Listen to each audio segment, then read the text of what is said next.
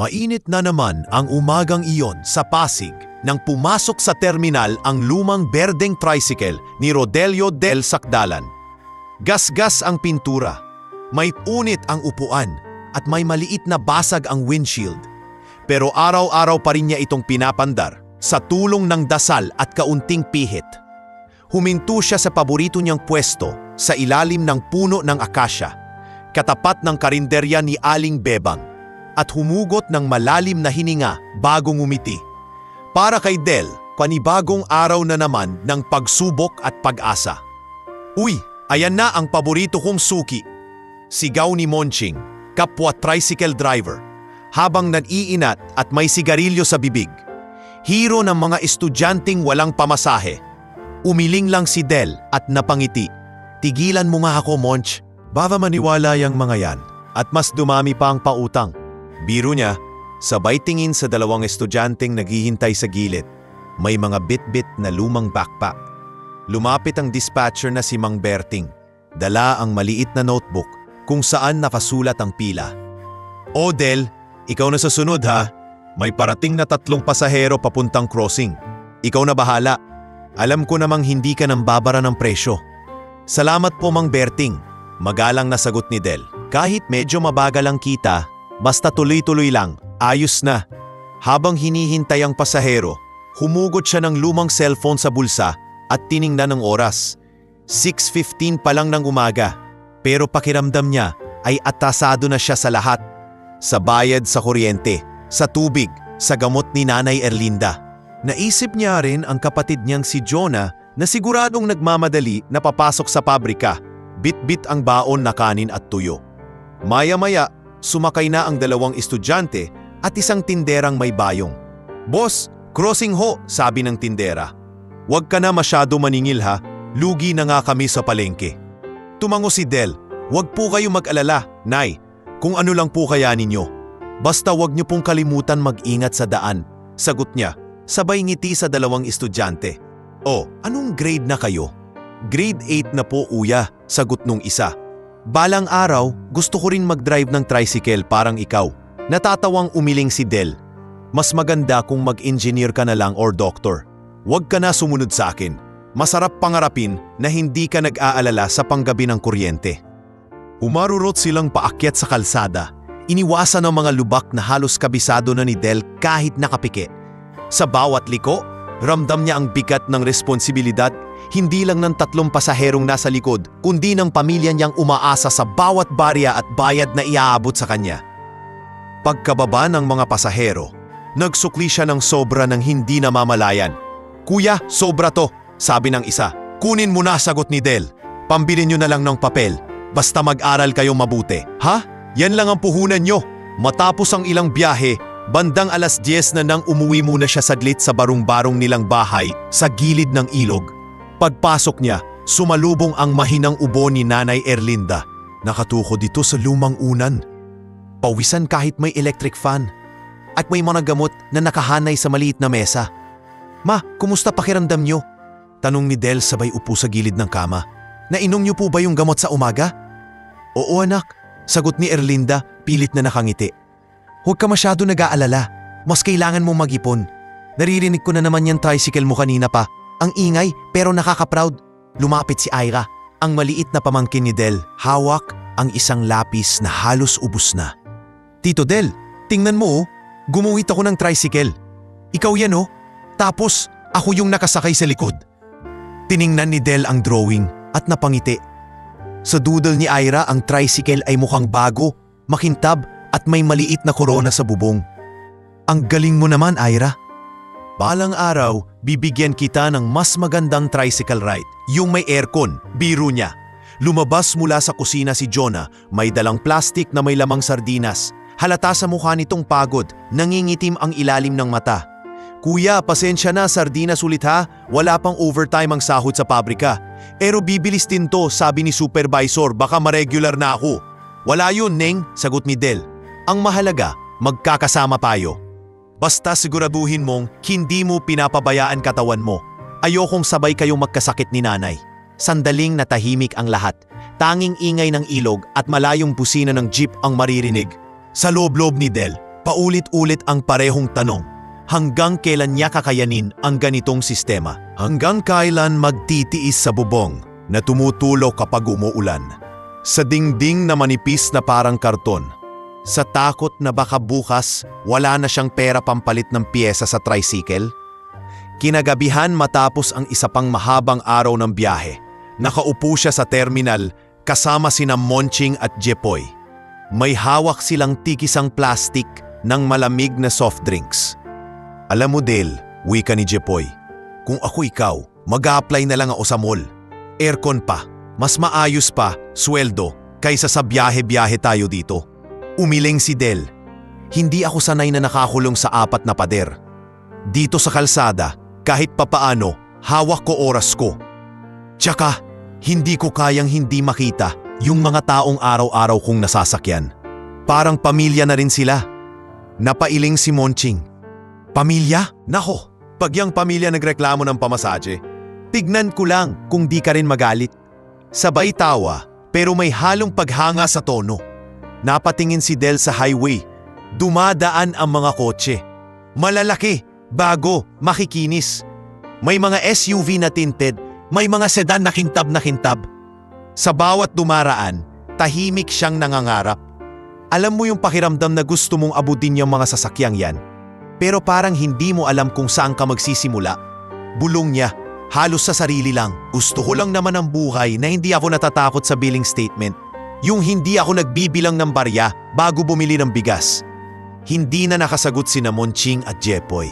Alam nilang totoo ang sinasabi ni Del. Lahat naman sila, kung tutuusin, may pangarap. Ang kaibahan lang, si Del, kahit nalulunod na sa responsibilidad, nananatiling mabait sa kalsada. Pag-uwi niya ng gabing iyon, nadatnan niyang tulog na si Ira sa sahig. Yakap ang maliit na notebook na may mga drawing ng tricycle at bahay na may hardin. Si Nanay Erlinda ay nakatingin sa kanya, nakaupo sa gilid ng kama, tila may gustong sabihin. Anak, mahina nitong sambit. Hindi man natin maabot lahat ng pangarap mo.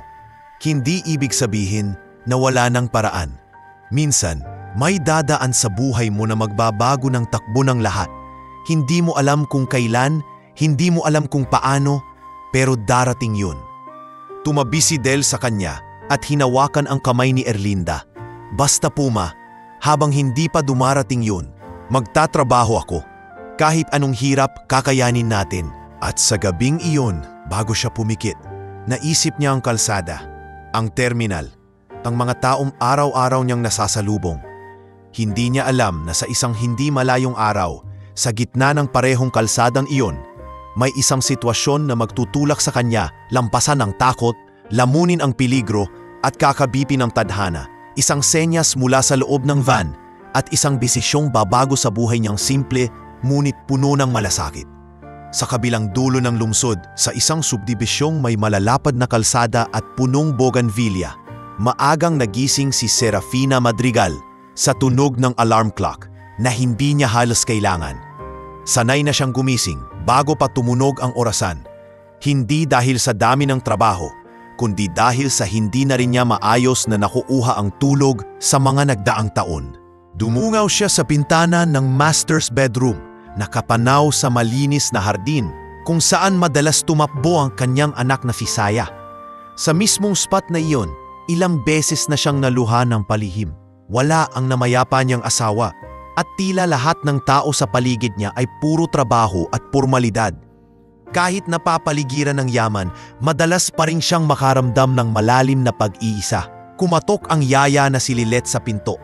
"Ma'am Pina, gising na rin po si Saya. Gusto daw po kayong sabay mag-breakfast." Mahinahong anunsyo nito. "Sabihin mo, susunod ako," sagot ni Serafina. Pilit na inaayos ang tono ng boses. Ayaw niyang marinig ni Saya ang pagod at lungkot sa kanya. Pagbaba niya sa dining area, bumungat sa kanya ang munting batang babae na nakapambahay na bestida. May hawak na stuffed toy na aso. "Mommy, look, na-drawing ako ng truck." Masiglang sabi ni Saya, ipinapakita ang papel na may makulay na truck na may logo ng Madrigal Logistics. Napangiti si Serafina at umupo sa tabi niya. Ang ganda naman ng truck ni Saya. Balang araw ikaw na ang magiging boss ng lahat ng truck na yan. Wika niya, hinahagod ang buhok ng anak. Gusto ko po, Mami, pero gusto ko rin po maging doktor para pag may nasasaktan, magagamot ko sila. Sagot ni Saya, seryosong seryoso. Katulad niyo po, pag nasasaktan ako, gumagaan pakiramdam ko pag niyayakap niyo ako. Saglit na napalunok si Serafina. Pilit na hindi pinapakitang tinamaan siya sa sinabi ng anak. Basta, kahit ano pang piliin mo, susuportahan kita. Sabi niya at nagkunwaring abala sa paglagay ng itlog sa plato ni Saya. Habang kumakain sila, tahimik lang na nakatayo sa di kalayuan si Hugo, ang matangkad at tahimik na bodyguard na halos parang anino na ni Saya sa bahay at sa labas. Nasa kabilang gilid naman si Mang Osias, ang butler, na nag-aayos ng juice at kape. Laging may taong nakapaligid sa kanila, pero para kay Serafina, iilan lang talaga ang mapagkakaiwalaan niyang totoo. Matapos ang agahan, pumasok sa bahay ang driver na si Arman. May hawak na maliit na brown envelope. Ma'am, dumating na naman po yung sulat. Maingat nitong sabi, halatang may kaba sa tono. Napakunot ang noo ni Serafina. Ilagay mo sa study, susunod ako. Sagot niya, sabay tingin kay Saya.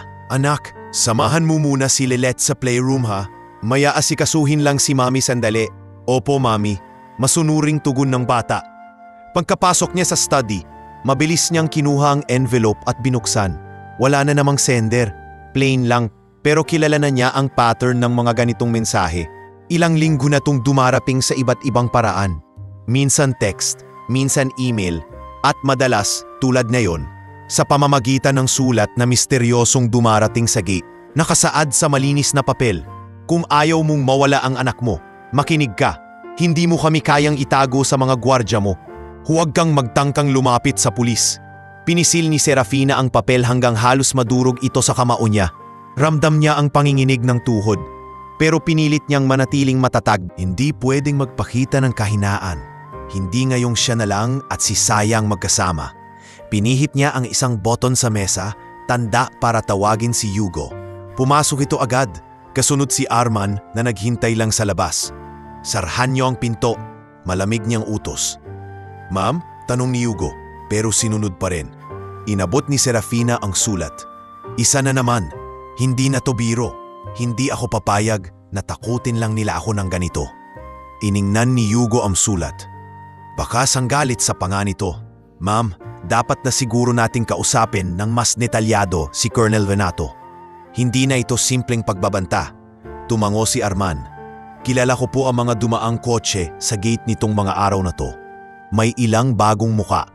Baka may nagmamanman na sa atin. Huminga ng malalim si Serafina at umupo. Pinisil ang sentido. Sige, iset nyo ang meeting kay Colonel mamayang hapon. At mula ngayon, walang alis si Saya nang walang kayo at si Lilet. Walang shortcut, walang tigil sa kung saan-saan. Diretso school, diretso uwi. Opo ma'am, sabay na tugon ng dalawa. Bandang hapon nasa executive boardroom na si Serafina. Nasa harap niya ang projector na may graph ng kita ng Madrigal Logistics, pero halos hindi niya makita ang mga numero. Sa magkabilang gilid ng mahabang lamesa, nakaupo ang mga board members, kabilang si Lorenzo Ilustre, pinsan ng yumaong asawa niya na nakasuot ng mamahaling suit at laging may nakapaskil ng ngiti na hindi niya lubusang mapagkatiwalaan.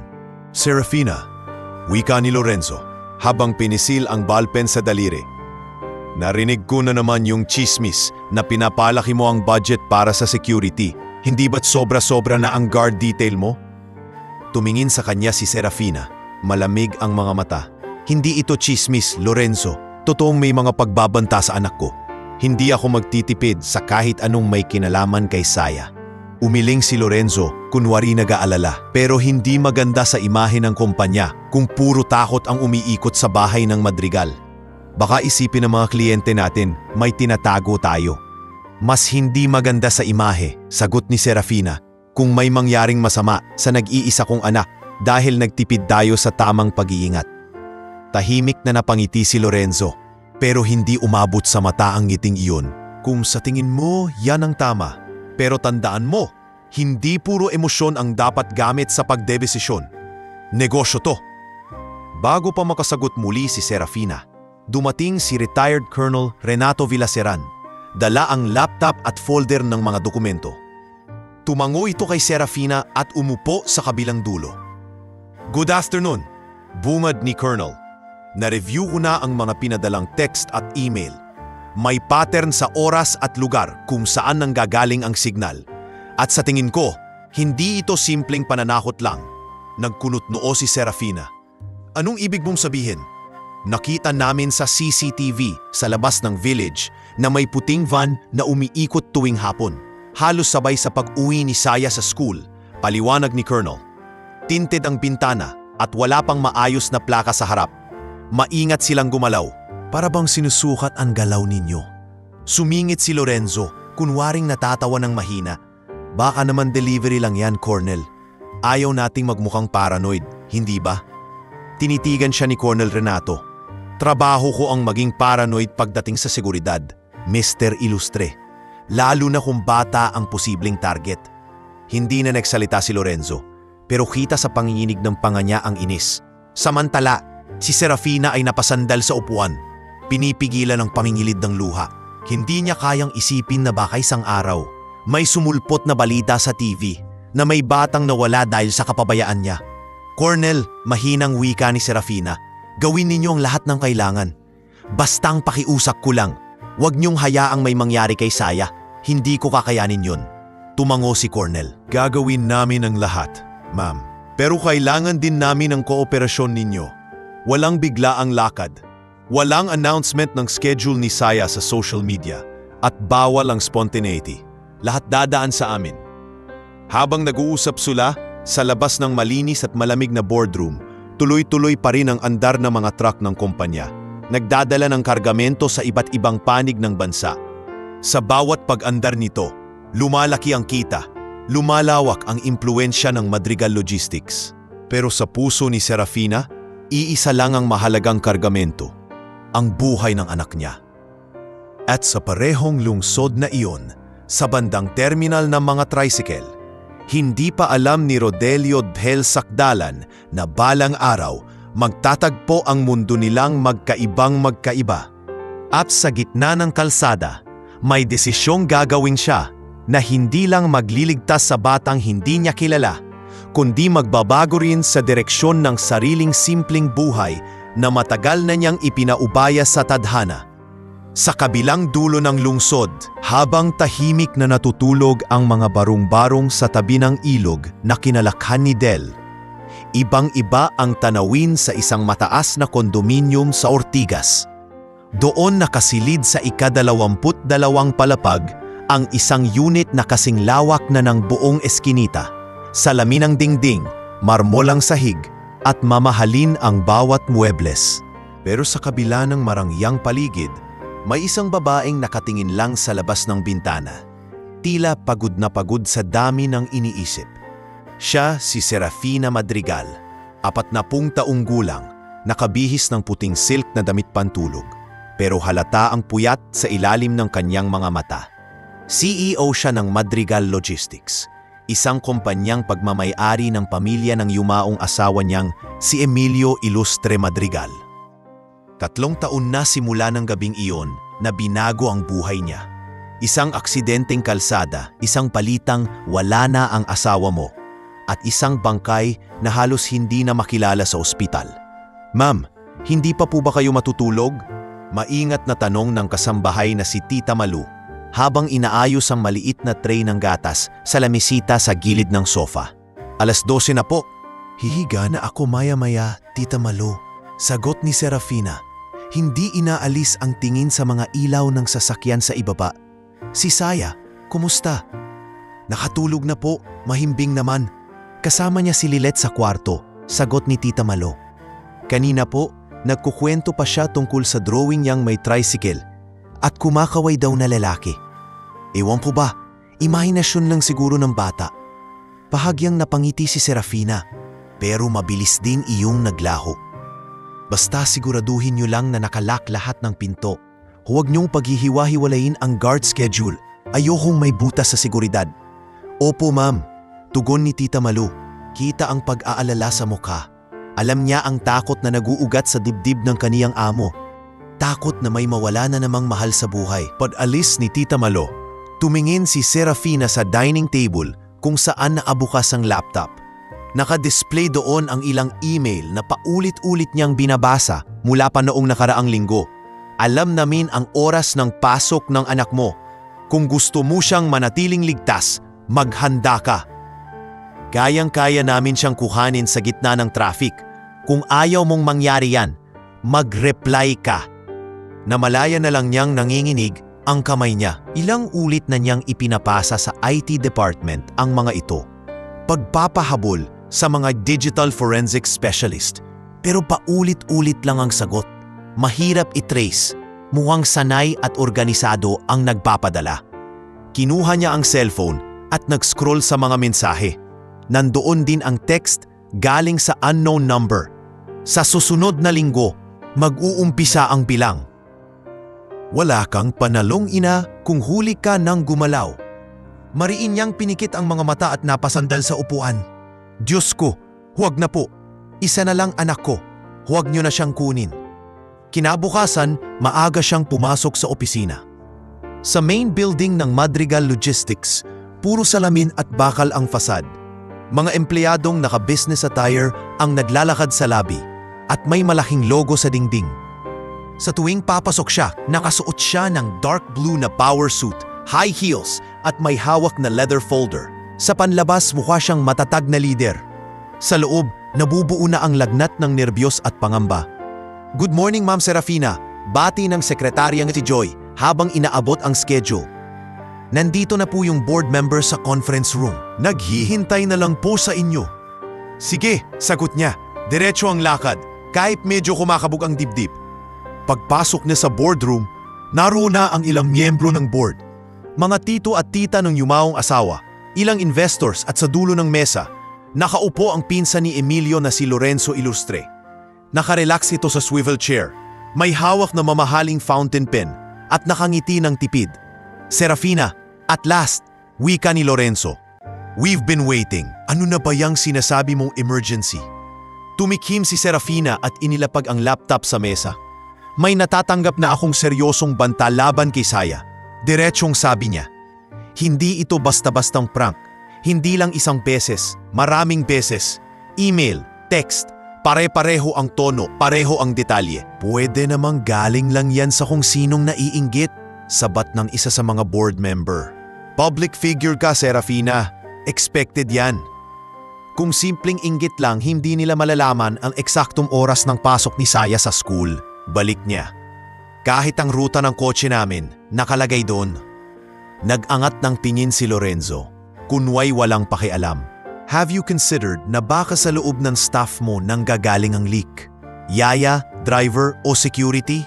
Minsan, masyado kang mapagkakatiwalaan. Napakagatlabi si Serafina.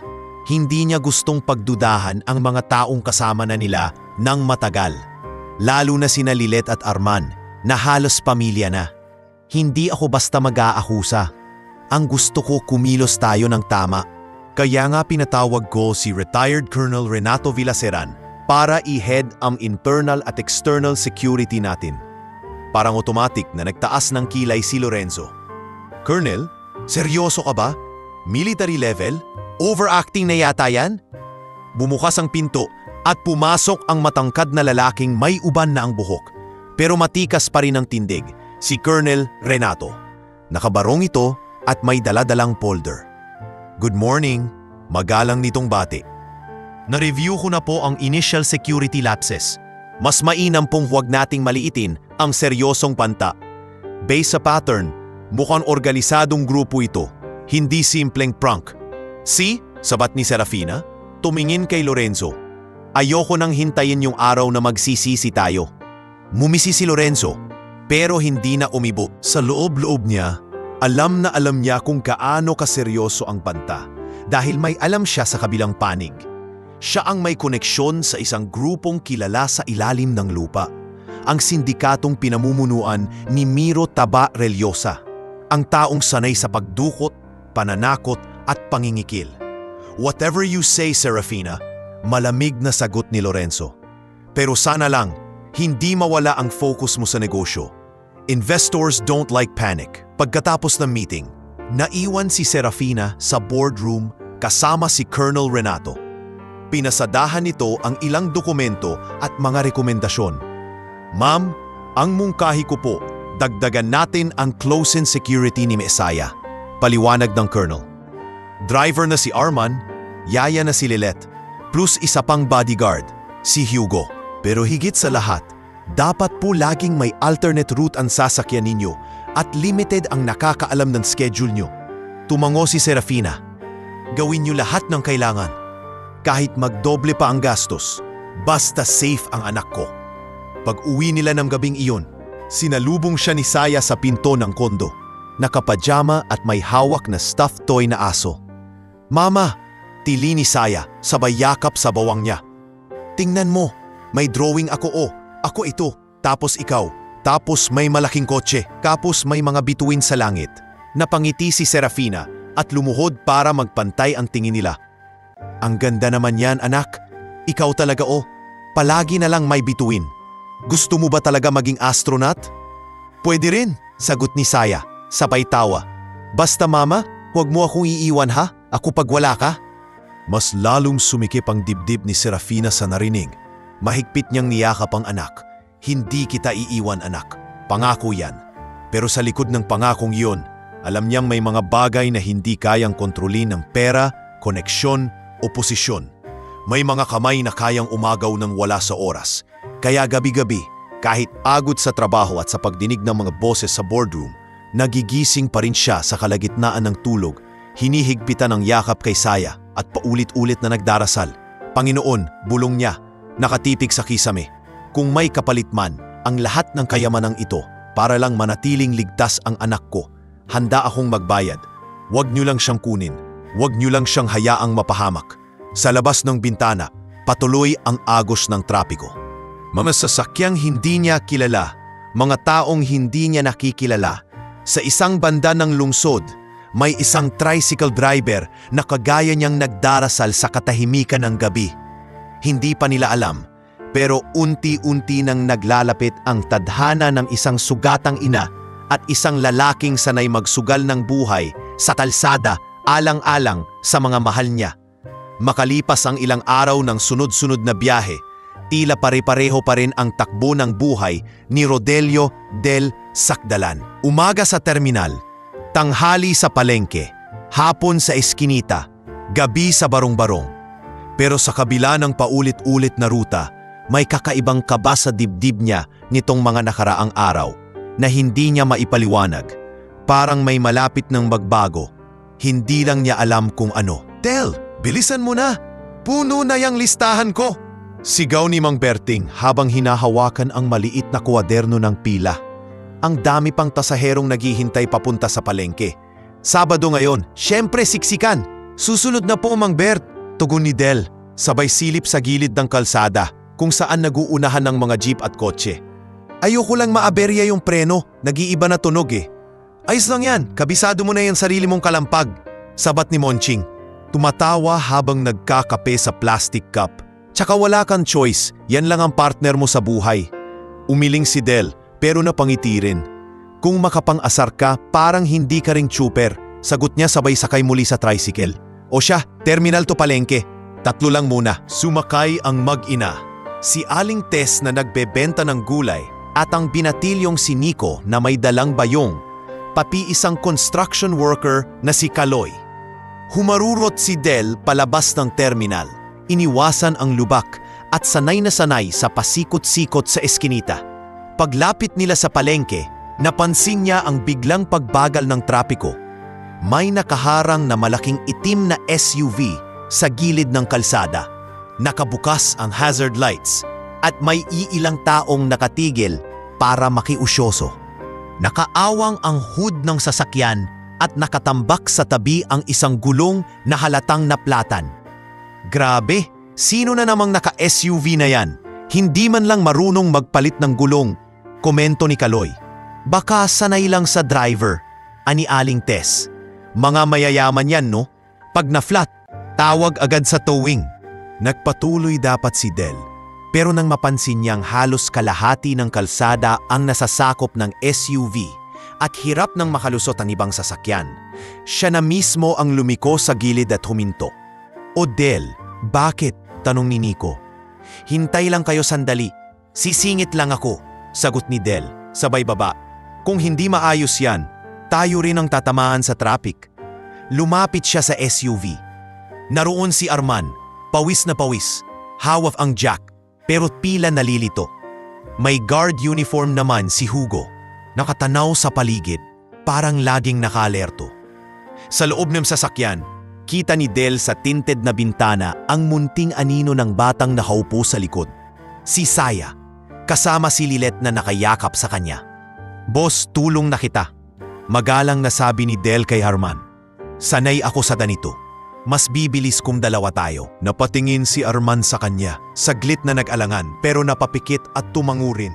"Sige na nga, pare. Pasensya na, nagmamadali kasi kami. Dumidiretso pa dapat sa school yung bata."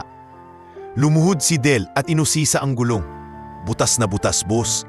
Baka nadaanan yung pako sa kanto. Dapat palitan na agad to, baka lamunin palalo." Habang inaangat nila ang sasakyan gamit ang jack, napahawak si Arman sa bewang. "Hindi ako sanay sa ganitong trabaho, pare. Sa manibela lang ako magaling." "Okay lang yan, boss," sagot ni Del. "Magkaiba lang tayo ng kinasanayang hirap." Sa loob ng sasakyan, nagtanong si Saya, "Yaya, bakit po tayo huminto? Late na po kami sa school." Maingat na sumagot si Lilet, "Na flat lang yung gulong natin. Nak, may tumutulong na kuya sa labas. Sandali lang to, safe tayo." Sumilip si Saya sa bintana at inangat ang kurtina. Doon niya unang nasilayan ang mukha ni Del. Medyo pawisan, marumi ang tsinelas, pero seryoso at konsentrado sa pag-aayos. Napangiti si Saya at kumaway ng bahagya, kahit hindi siya sigurado kung makikita siya nito. Napansin iyon ni Del sa gilid ng kanyang paningin at saglit nang umiti pabalik. "Uy," bulong niya sa sarili, "ang cute naman ng batang yon." Maya-maya pa, naging maayos na ang palit gulong. "Ayan, boss, test drive mo na lang konti. Pero kaya na yan. Ingat ka lang sa mga lubak sa harap." "Maraming salamat, pare," sabi ni Arman, hinugot ang pitaka. "Magkano ba?" umiling si Del. "Huwag na. Ginawa ko lang to para gumaan ang daloy ng kalsada. Tsaka may mga pasahero rin akong naghihintay. Biyahe din yan." Sa puntong iyon, bumaba mula sa SUV si Serafina. Nakasimple pero mamahaling blouse, kagagara ng snacks at sapatos. May bigat sa tindig at aura ng isang may posisyon. Tiningnan niya si Del mula ulo hanggang paa at saka ang bagong kabit na gulong. "Ikaw ba ang tumulong?" Malumanay pero may otoridad niyang tanong. "Opo, ma'am," sagot ni Del. "Medyo nailang, pero hindi yumuko ng sobra. Nakita ko lang pong hirap yung driver niyo. Sayang oras kung maghahantay pa kayo ng mekaniko. Nandito na rin naman po ako." Lumapit si Saya sa pinto, hawak ni Hugo. "Mommy, siya po yung kuya na nagpalit ng gulong?" tanong niya. Tumango si Serafina at sumulyap sa anak. "Oo anak, siya ang tumulong sa atin." Bumaling siya kay Del at naglabas ng pera mula sa bag. Malinis na limpyo, tiklop na tiklop ang ilang libong piso. "Please, tanggapin mo ito. Hindi ko pwedeng palampasin na hindi ka man lang mabigyan ng konting token of appreciation. Mahalaga ang oras namin at ginaan mo to." Nagkibik balikat si Del. Agad na umatras ng kaunti. "Ma'am, hindi na po kailangan. Mas kailangan niyo po yung pera para sa gasolina at sa anak niyo. Ako, sanay na sa ganitong trabaho. Pag tumulong ka, hindi palaging may presyo yon." Sandaling natahimik si Serafina. Hindi siya sanay na tinatanggihan, lalo na kung pera ang usapan. Sa mundo niya, lahat ng bagay may katumbas na bayad. Pero iba ang tiningnan nitong lalaking nasa harap niya. May pawis, may grasa sa kamay, pero may matatag na tingin. "Sigurado ka?" tanong niya, halos nahihiya. "Opo, ma'am," sagot ni Del, sabay turo sa tricycle. "Babalik pa po ako sa pasahero. Baka pagalitan na ako ni Mang Berting. Tsaka sapat na po sa akin na umusad uli yung sasakyan nyo. Baka ma-rate pa sa school si Bata. Si Saya. Sabat ni Lilet, nakangiti. Ate Saya natin. Nagpatinginan si Saya at Del. Thank you po kuya. Mahina pero malinaw na sabi ng bata. Napangiti si Del, parang gumaan sandali ang bigat sa balikat. Walang anuman Saya. Ingat kayo ha, pagbalik niya sa tricycle. Sabay-sabay na nagsalita ang mga pasahero. Naku Del, tumulong ka na naman ng walang bayad. Reklamo pero may halong biro ni Aling Tess. Kaya ay hindi umaasenso eh. Okay lang po yun, sagot ni Del, paandar na muli. Hindi lang naman pera yung sukatan ng asenso. Habang umaalis ang tricycle, paalis naman ang SUV ni na Serafina. Sa loob, tahimik na nakatingin sa bintana si Serafina. Pinagmamasdan ang papalayong nakahilerang tricycle sa terminal. Hindi niya alam kung bakit, pero tumatak sa isip niya ang mukha ni Del. Ang paraan ng pagtanggi nito sa pera, ang respeto sa sarili kahit nasa ilalim ng araw at alikabok ng kalsada. Sa kabilang banda, pagbalik ni Del sa terminal, agad na sumugod sa kanya si Mang Berting. Hoy, saan ka na naman nagpahinto? Tanong nito, kunwaring galit. May nakapila na namang 5, ikaw pa rin ang hinahanap. Nakatulong lang po sa na-flat na sasakyan Mang Bert, paliwanag ni Del. Kung hindi ko po inayos, mas tatagal ang traffic. E di tayo rin ang kawawa. Umiling si Monching, pero nakangisi. Kita mo na, kahit ang problema ng mayaman, pinapakialaman na ni Tricycle Hero. Tumigil ka dyan, sagot ni Del, pero hindi maitago ang ngiti. Sa loob-loob niya, parang may maliit na budil ng kakaibang pakiramdam. Parang may natatanim na koneksyon sa pagitan niya at ng mundong yon, kahit hindi niya alam kung bakit mahalaga. Samantala, sa security office ng Madrigal Logistics kinaapunan, nakatungo si Colonel Renato sa harap ng ilang monitor. Pinapanood ang replay ng CCTV sa labas ng village. Kita roon ang SUV na na-flat, ang maliit na tricycle na huminto, at ang lalaking nagpalit ng gulong. Interesante, bulong ni Colonel. May taong handang sumalo ng aberya sa gitna ng kalsada. Kahit hindi niya alam kung sino ang tinutulungan niya. Hindi niya alam, pati na ang tricycle driver na yon, na ang munti at simpleng kabutihang ipinakita sa gitna ng trapiko ang magiging unang tali sa higpit ng koneksyong bubuo sa pagitan nila. Isang tali na kalaunan magiging sandigan sa oras na humarap sila sa tunay na peligro. Sa oras na ang isang puting van, isang umiiyak na bata at isang lalaking sanay na sa kalsada ang magsasalubong sa isang habulan para sa buhay. Hindi maalis sa isip ni Colonel Renato ang replay ng CCTV na ilang beses na niyang pinanood. Ang tricycle driver na walang pag-aatubiling tumulong sa SUV ni na Serafina sa gitna ng trapiko. Sa mundo ng seguridad, sanay siyang maghanap ng motibo sa bawat kilos, pero sa pagkakataong iyon, nakita niya lang ang isang lalaking kusang sumalo ng aberya para umusad ang kalsada. Rodelio Sakdalan, bulong niya habang tinititigan ang pangalan sa maliit na report na ipinahanap niya sa isang tauhan. Tricycle driver, walang record. Puro reklamo lang ng kapitbahay na masyadong mabait at mahilig magpautang. Napangiti siya ng manipis. Minsan yan ang mas kailangan sa giyerang to. Dagdag niya sa sarili, sabay sara ng folder. Hindi pa niya alam kung paano, pero ramdam niyang may papel na gagampanan ang lalaking iyon sa panahong papalapit, panahong amoy peligro ang hangin, lalo na sa paligid ni na Serafina at Saya. Samantala, sa barangay na kinalalagyan ng terminal, maagang dumating si Del kinabukasan. Hindi pa sumisikat ng husto ang araw, pero may liwanag na sa langit, kulay kahel at rosas. Tahimik pa ang karamihan. Tanging huni ng ibon at lagitik ng tricycle ang maririnig. Uy, agang gising ah! Bati ni Monching, kakarating lang din, may hawak pang pandesal. Anong meron? Jackpot sa panaginip? Wala, ewan ko ba, sagot ni Del. Sinusuri ang preno at manibela. Parang hindi ako mapakali. Kaya sabi ko, mag-early trip na lang ako. Baka mas maraming pasahero sa umaga. Lumapit si Mang Berting, may dala ng notebook ng pila. Ayos yan, Del. Ikaw ang una sa listahan. Pagkakataon mong bawiin yung kinita mo kahapon na inubos mo sa pyesa. Mumiti si Del. Kahit paano, nakakabiyahe pa rin. Lumipas ang buong umaga hanggang tanghali sa karaniwang ikot. Mga estudyante, tindera, construction worker, office staff. Madalas pa rin siyang magkulang sa singil, lalo na sa mga estudyanteng pakiusap ng pakiusap. Bandang 3:00 ng hapon, mainit at mabigat ang hangin. May sakay siyang si Aling Bebang na may dalang bayong at si Kuya Tisoy na construction worker, papunta sana sa kabilang barangay. Habang umaandar sila sa kahabaan ng kalsada, napansin ni Del ang kakaibang katahimikan sa unahan. Walang masyadong sasakyan, pero may nakaparadang puting van sa may kanto.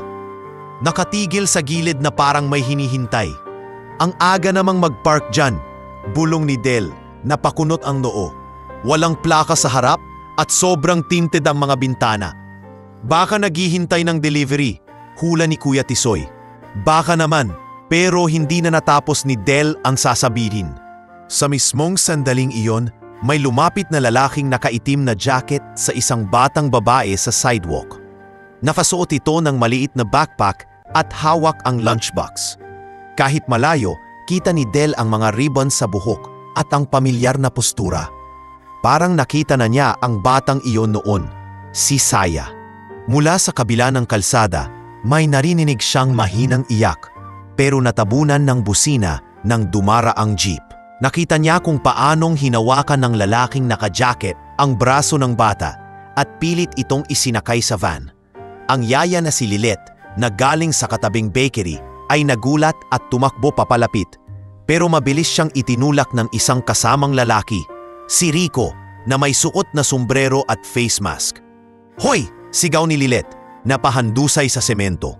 "Anong ginagawa nyo? Anak yan ang amo ko." Walang sumagot. Bumukas ang sliding door ng van at tinangkang ipasok si Saya na pilit kumakawala. Sa ilang segundo na parang bumagal ang mundo, nag-angat ng tingin ang bata at nakita ang dumaraang tricycle ni Del. Kumawala ang isang kamay niya mula sa pagkakahawak at kumaway. Nanginginig ang mga daliri. Gumuguhit sa hangin ang salitang hindi naririnig pero malinaw sa kilos. "Tulong!" Parang may kumurot sa dibdib ni Del. Sa loob ng ilang tibok ng puso, parang may bumulong sa tenga niya. Kung babaliwalain mo to, wala nang ibang tutulong. Bigla niyang pinagitna sa kalsada ang tricycle at preno sa gilid. "Bakit, Del?" gulat na tanong ni Aling Bebang, halos matapon ang laman ng bayong. "Tita, pasensya na po." Mabilis na sagot ni Del, halos hindi na tumingin. "May kinukuha silang bata." "Kidnap to." "Ha? Ano ka ba?" Hindi na niya tinapos, mabilis siyang gumaba, sumigaw sa mga taong malapit.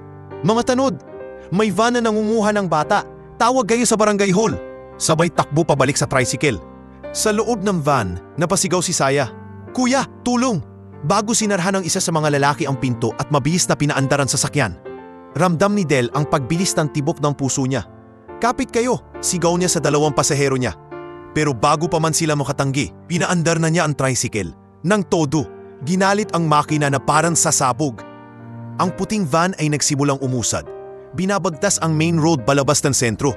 "Diyos ko, Del! Baka maaksidente tayo!" sigaw ni Aling Bebang. Mahigpit na hawak ang bakal na barandilya. "Paumanhin po, Nay!" sigaw ni Del. Hindi na inalis ang tingin sa van. Pero pag hinayaan natin to, hindi na natin alam kung makikita pa yung batang yon. Habang humahabol sila, kinuha niya ang cellphone sa bulsa gamit ang isang kamay. Halos nanginginig at mabilis na tinawagan si Jerickson, ang tanod. "Pre, si Jerick to," sagot agad ng lalaki sa kabilang linya. "Jerick, puting van, walang plaka sa harap, papuntang bandang tulay," sigaw ni Del sa ingay ng hangin. "May batang babae sa loob. Kinidnap sa may bakery. Pakisabi sa pulis na yun na." "Anong?" Hindi na natapos ni Jerick ang tanong, pero narinig ni Del ang pagmamadali sa linya. "Sige, relay ko to sa station. Ingat ka, gago pa, huwag kang magpapamatay." Hindi na sumagot si Del. Nakatuon ang buong atensyon niya sa van na pilit kumakawala sa habulan. Dumaan sila sa masisikip na eskinita, halos sumabit sa mga gilid ng tindahan. Dumaan sa may palengke kung saan napasigaw ang mga nagtitinda. "Tabi! Tabi!" sigaw ni Del, bumubusina ng sunod-sunod. "May hinahabol kaming kidnapper!" Sa loob ng van, umiiyak si Saya. Hawak pa rin ang stuffed toy na aso na hindi niya binitiwan. Nakatingin siya sa unahan. Pilit hinahanap ang tricycle. Kuya, hikbi niya. Patulugin mo nga yan. Inis na sabi ni Miro Tabarelosa. Nakaupo sa passenger seat. Hawak ang baril na nakatago sa jacket. Ang ingay. Dapat tapos na to bago makarating sa safe house. Sa isang kurbadang malapit sa tulay, naramdaman ni Del na humihina ang tricycle. Kumakadyot ang makina, parang sumasakal sa bilis. Huwag ngayon! Huwag ngayon! Bulong niya. Pilit pinipiga ang accelerator. Sa harap, unti-unting lumalapit ang tricycle sa hulihan ng van. Sa gilid ng kalsada, may mga nakatayong estero, mga batang naglalaro at ilang tricycle na nakaparada. Sa isip ni Del, mabilis na tumakbo ang posibilidad. Pwede siyang tumigil at maghintay ng pulis, pero baka malayo na ang van. Pwede rin niyang harangin ito, pero kapalit naman ang buhay niya, pati ng mga pasahero. Kuya, wag na. Umiiyak na sabi ni Aling Bebang sa likod. Baka mabaril ka pa niyan. Tumingin siya sandali sa rearview mirror. Kita niya ang takot sa mata ni Aling Bebang at Kuya Tisoy. Pero naaalala rin niya ang mukha ni Ira, ang munting pamangkin niya. Paano kung si Ira yon? Paano kung si Ira ang nasa loob ng van na to? Hinugot niya ang pinakamalalim na hininga na kaya ng dibdib niya. Kapit lang po kayo, mahina ngunit matatag niyang sabi. Pasensya na po talaga. Sa isang iglap, sinagad niya ang bilis at nilampasan ang gilid ng van, saka biglang sumingit sa harapan nito. Ihinarang ang buong tricycle sa matarik na kurbada bago ang tulay. Napamura ang driver ng van. Buwang tong tricycle na to, sigaw nito. Huwag kang magpreno, babangga tayo, sigaw ni Miro. Pero huli na, isang malakas na kalabog ang umalingaw-ngaw. Sumalpok ang van sa likuran ng tricycle. Tumagilid ang sasakyan, nagtalsika ng bubog at bakal. Ang mga tao sa paligid ay nagsigawan, nagtakbuhan papalayo. Ramdam ni Del ang matinding impact, pero sa huling segundo bago pa tuluyang gumulong ang van, tumalon siya mula sa tricycle papunta sa gilid, saka gumapang sa may tagiliran ng nadisgrasya. Yung bata! Sigaw ng isang bystander. Pinilit ni Del na pumayo, kahit masakit ang tagiliran at ramdam niya ang pag-agos ng dugo sa kilay niya. Dinamba niya ang natumbang van, binuksan ang sliding door na nakaawang, at doon niya nakita si Saya, duguan ng kaunti sa noo, pero gising at umiiyak. Kuya, nanghihinang tawag nito. Dito ka, hingal ni Del, agad na niyakap ang bata at tinakpan ang ulo nito. Habang sa labas ay may iilang putok ng baril na umalingaw-ngaw. May mga tauhan ni Miro na pilit tumatakas. Ilang segundo pa, umalingaw-ngaw ang sirena ng mga pulis. Dumating ang patrol cars, kasunod ang SUV ni na Serafina, si Hugo, si Arman at ilang barangay tanod kabilang si Jelickson. Pagbaba ni Serafina, parang tumigil ang mundo niya nang makita ang van, ang mga taong nagkakagulo at ang munting boses ni Saya na sumisigaw. Mami, nandito na si Mami! Sigaw ni Serafina, tinatakbo ang anak niya. Sa gitna ng usok, kirot at kaguluhan, doon niya nakita si Del, nakaluhod sa kalsada, yakap-yakap si Saya. Nakasalo sa katawan niya, parang sinasanggalang sa anumang daraping na peligro. Duguan ang braso, may sugat sa mukha, pero hindi niya binitiwan ang bata. Lumuhod si Serafina sa harap nila, nanginginig ang kamay na hinila si Saya papalapit sa kanya. Anak ko, paulit-ulit ng bulong. Humahagulgol, nag-angat ng tingin si Del, hingal, pero nakahinga ng maluwag nang makita ang mahigpit na yakap ng ina at anak. Sa utak niya, isa lang ang malinaw. Salamat, buhay ang bata. Hindi niya inasahan ang susunod na mangyayari. Sa sobrang takot, pagod at pasasalamat, tumingin si Serafina sa kanya, umiiyak, at sa harap ng mga pulis, tanod at usisero na bitawan ang salitang hindi niya planong sabihin, pero galing sa pinakailalim ng puso niya. Hindi ko alam kung paano ka babayaran. Nanginginig niyang wika, hawak pa rin si Saya. Pero kung kailangan kong itali ka sa buhay namin, para lang hindi ka na lumayo, pakasalan mo na lang ako. Ikaw na lang ang gusto kong nasa tabi namin ng anak ko. At sa gitna ng sirena, iyak at murmur ng mga tao, natigilan si Del, ang tricycle driver na handang sumalo ng kamatayan sa kalsada. Ngayon, nakaharap sa isang panukala, na higit pa sa kaya niyang isipin. Ngunit malinaw na magbabago sa buong takbo ng kanyang simpleng buhay. Parang nabingi si Del sa sinabi ni Serafina. Sa gitna ng ingay ng sirena, iyak ni Saya at mga sigaw ng mga tao. Arabang biglang naging malabo ang paligid at iisa lang ang malinaw. Ang babae sa harap niya na nanginginig, hapong-hapu sa takot at desperadong nakakapit sa munting anak. "Pakasalan mo na lang ako." Umuulit sa isip niya ang katagang iyon. Hindi na niya alam kung ilang segundo silang magkatingin ng dalawa bago pumasok sa eksena ang isang boses na pumunit sa tensyon. "Ma'am? Ma'am, kailangan na po nating dalhin sa ospital si Sir. Si Kuya." Garalgal na sabi ni Jerickson. Sabay turo sa dugo ang braso ni Del. Nawawala na po yan ng dugo. Parang doon lang natauhan si Serafina. Napatingin siya sa sugat ni Del. May hiwa sa kilay, gasgas sa braso, at bahagyang pag-ika sa paa. Hindi ito umiimik. Parang hindi alam kung ano ang uunahin, ang sakit sa katawan o ang bigat ng mga salitang narinig. "Arman, Hugo, tulungan niyo siya." Mabilis na utos ni Serafina. "Isama nating sa ospital. Sasama kami ni Saya." "Ma'am, kaya ko na to." Tangkang tutol ni Del. Pero nang maramdaman niyang umiikot ang paningin niya, napakapit siya sa balikat ni Hugo. "Wala kang choice, pare," sabi ni Hugo. Seryosong nakatingin sa kanya. "Tinapos mo na yung hero narrative. Huwag mo lang tapusin yung buhay mo." Isinakay si Saya sa isa sa mga sasakyan. Yakap-yakap ni Serafina. Si Del naman ay pinasakay sa isa pang SUV, may kasamang pulis at barangay tanod. Naiwan sa lugar ang wasak na van, ang kumakalat na dugo, at ang grupo ni Miro na unti-unti nang sinusuyod ng mga alagad ng batas. Sa ospital, amoy disinfectant at kape ang hallway. Nasa emergency room si Del, nakahiga sa stretcher habang tinatahi ang sugat sa kilay niya. Napapapikit siya sa tuwing tumatama ang karayom. Pero halos mas masakit pa ang bigat ng mga nangyari kaysa sa sugat.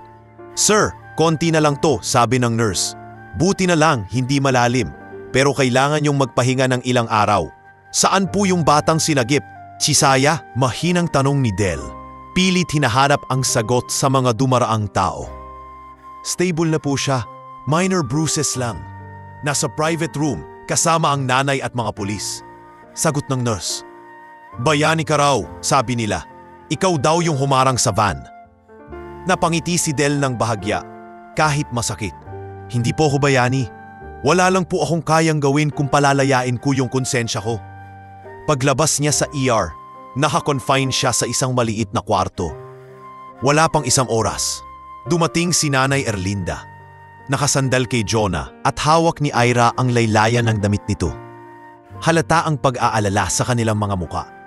"Anak," halos pasigaw na sambit ni Erlinda na paiyak nang makita siyang may benda sa ulo. "Ano na naman tong pinasok mo? Bakit lagi mo na lang sinasalo yung mga delikado?" Lumapit si Ira, nangingingig. "Tito, may nakita po kami sa TV. Ikaw daw po niyong humarang sa van. Akala ko po." Hindi nito natapos ang sasabihin, bagkus ay niyakap lang ang braso ni Del. Pinisil ni Del ang kanilang mga kamay. "Okay lang ako, ma. Pasensya na po kung nag-alala kayo. Pero may batang kailangan ng tulong. Hindi ko po kayang magbulag-bulagan." "Kuya," singit ni Jonah, nangingihig ang boses. "Buti hindi ka nabaril. Buti hindi ka namatay. Paano kung wala ka na?" Hinihintay pa sana niyang sumagot si Del nang biglang bumukas ang pinto. Pumasok si Serafina, naka-plain white blouse at itim na slacks, nakapusod ang buhok. Kasunod niya si Saya na may maliit na benda sa noo, bit-bit pa rin ang stuffed toy na aso. Nasa likuran nila si Colonel Renato at 2 pulis. Napahinto ang pamilya ni Del, parang automatic na umatras nang makita ang presensya ng mayaman na autoridad. "Ako po ba ang pamilya ni Rodelio Sakdalan?" Maingat na tanong ni Serafina. "Ako po, ma'am," sagot ni Erlinda. Agad na nagpunas ng luha. "Erlinda, nanay niya, pasensya na po kung..." Hindi na ito natapos dahil biglang yumuko si Serafina. Halos dumikit ang loo sa kama ni Del. "Maraming salamat," basag ang boses niyang sabi. "Wala akong salitang pwedeng tumapat sa ginawa mo para sa anak ko. Kung wala ka, baka ibang-iba na ang mundo ko ngayon." Napatingin sina Erlinda at Jonah sa isa't isa. Tila hindi makapaniwala sa binabasang eksena. Si Saya naman ay lumapit sa hita ni Del at marang hinawakan ang kamay niya. Kuya Del, thank you po. Mahinang wika ng bata. Hindi po kita makakalimutan. Ginulo ni Del ang buhok ni Saya gamit ang di nasugatang kamay. Wala yun, Saya. Basta safe ka, sapat na yon. Mr. Sakdalan, singit ni Colonel Renato, mahinahon ang tono. Hindi lang po simpleng kabayanihan ang ginawa nyo. Ang totoo, delikadong-delikado yon. Pero dahil sa inyo, napigilan ang sindikatong ilang linggo na naming hinahabol. Nasa kustodya na ang ilan sa kanila at malaking tulong yung oras na binili ninyo sa pagharang nyo.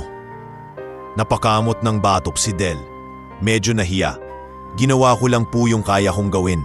Hindi ko po alam na ganyan kalaki yon. Tumikhim si Serafina at tumayo ng tuwid. Rodelio, gusto sana kitang kausapin ng mas personal. Aniya, pero bago ang lahat, gusto kong linawin yung nasabi ko kanina sa kalsada. Nagkatinginan agad sina Jonah at Erlinda. Ano pong nasabi? Halos sabay nilang tanong. Namula ng bahagya si Serafina. Halatang nahihiya ngayon sa sarap ng loob ng buong pangyayari. Nakapagsalita ako nang hindi iniisip. Marahan niyang sabi, sa takot, sa sobrang kaba, nasabi kong pakasalan mo na lang ako. Hindi ko inaasahan at hindi ko naman ipipilit yun sa'yo. Nagbuntong hininga siya. Ang totoo niyan, ang gusto ko lang, huwag ka nang lumayo sa amin ni Saya. Gusto kong mabayaran sa kahit anong paraan yung ginawa mo. Ngunit hindi kita pipilitin ng kahit ano pang kondisyon. Tahimik ang lahat. Ang tibok lang ng monitor at mahinang ingay sa hallway ang maririnig. Ma'am, maingat na sagot ni Del. Naiintindihan ko po. Alam kong galing sa takot yon. Hindi ko rin po alam ang sasabihin kanina. Pero gaya po lang sabi ko, sapat na sa akin na ligtas si Saya. Umiling si Serafina.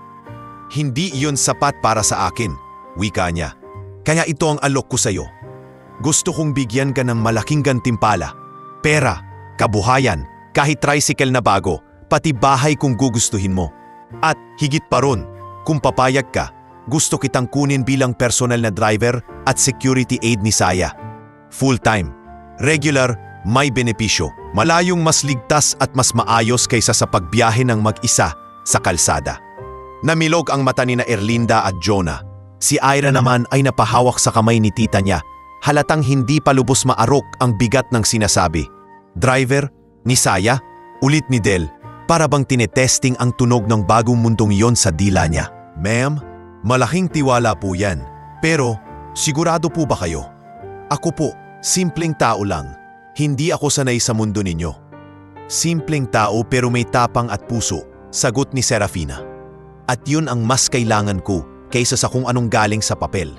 Hindi ko ipagkakatiwala sa kahit sino lang ang anak ko, lalo na matapos ang nangyari.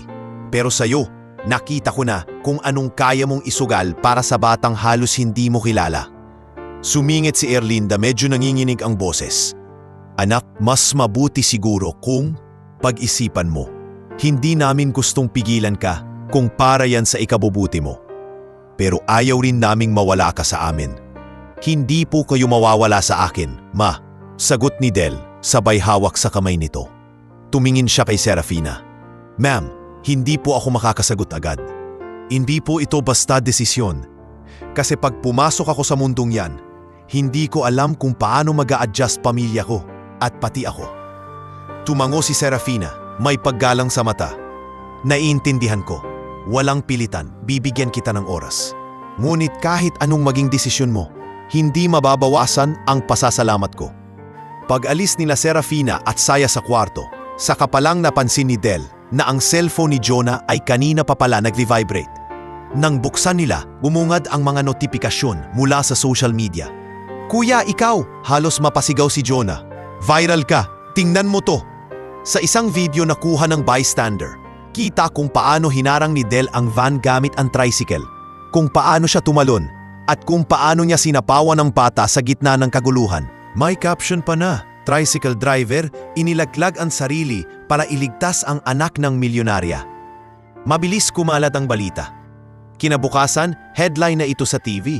Mga news anchor na nagsasabing bayaning tuper. Mga talk show na nag-aanyaya sa kanya na ma-interview. Mga komentong iba-iba. may humahanga, may nagdududa. Sa terminal, sabay-sabay na nagtipon ang mga kasamang driver. Si Mang Berting may dala ng dyaryo na may litrato ni Del. Oh, kita nyo na? Pagmamalaki nito. Hindi ko sinasabing paborito ko yan, pero alam ko na talagang may kakaiba diyang kay Del. Sus, sabat ni Monching. Half biro, half inggit. Bukas niyan, hindi na yan babalik dito. Magdadriver na yan ng mga mamahaling sasakyan. Baka kami hindi napansinin. May isa pang driver na si Ramil na napailing. Iyong iba nga dyan. Isang beses lang nakita sa TV, nag-iiba na ugali. Yan pa kayang muntik ng maging asawa ng milyonarya? Nagtawanan sila, pero may halong pait ang tawa ng ilan. Sa likod ng admirasyon, naroon na rin ang pagsibol ng inggit. Samantala, sa loob ng Madrigal Logistics, umiikot na rin ang palita sa pantry at opisina. Siya raw yung nagligtas kay Miss Saya, bulong ng isang sekretarya. Tricycle driver lang daw dati. Grabe yung video, girl, parang pelikula. Tricycle driver? Tapos baka maging driver ni Mampina? Sabi naman ni Maricar, ang HR manager. Nako, markahan nyo yan. Minsan ang mga ganyan may sariling agenda. Baka akala niya, tiket na niya to papunta sa yaman.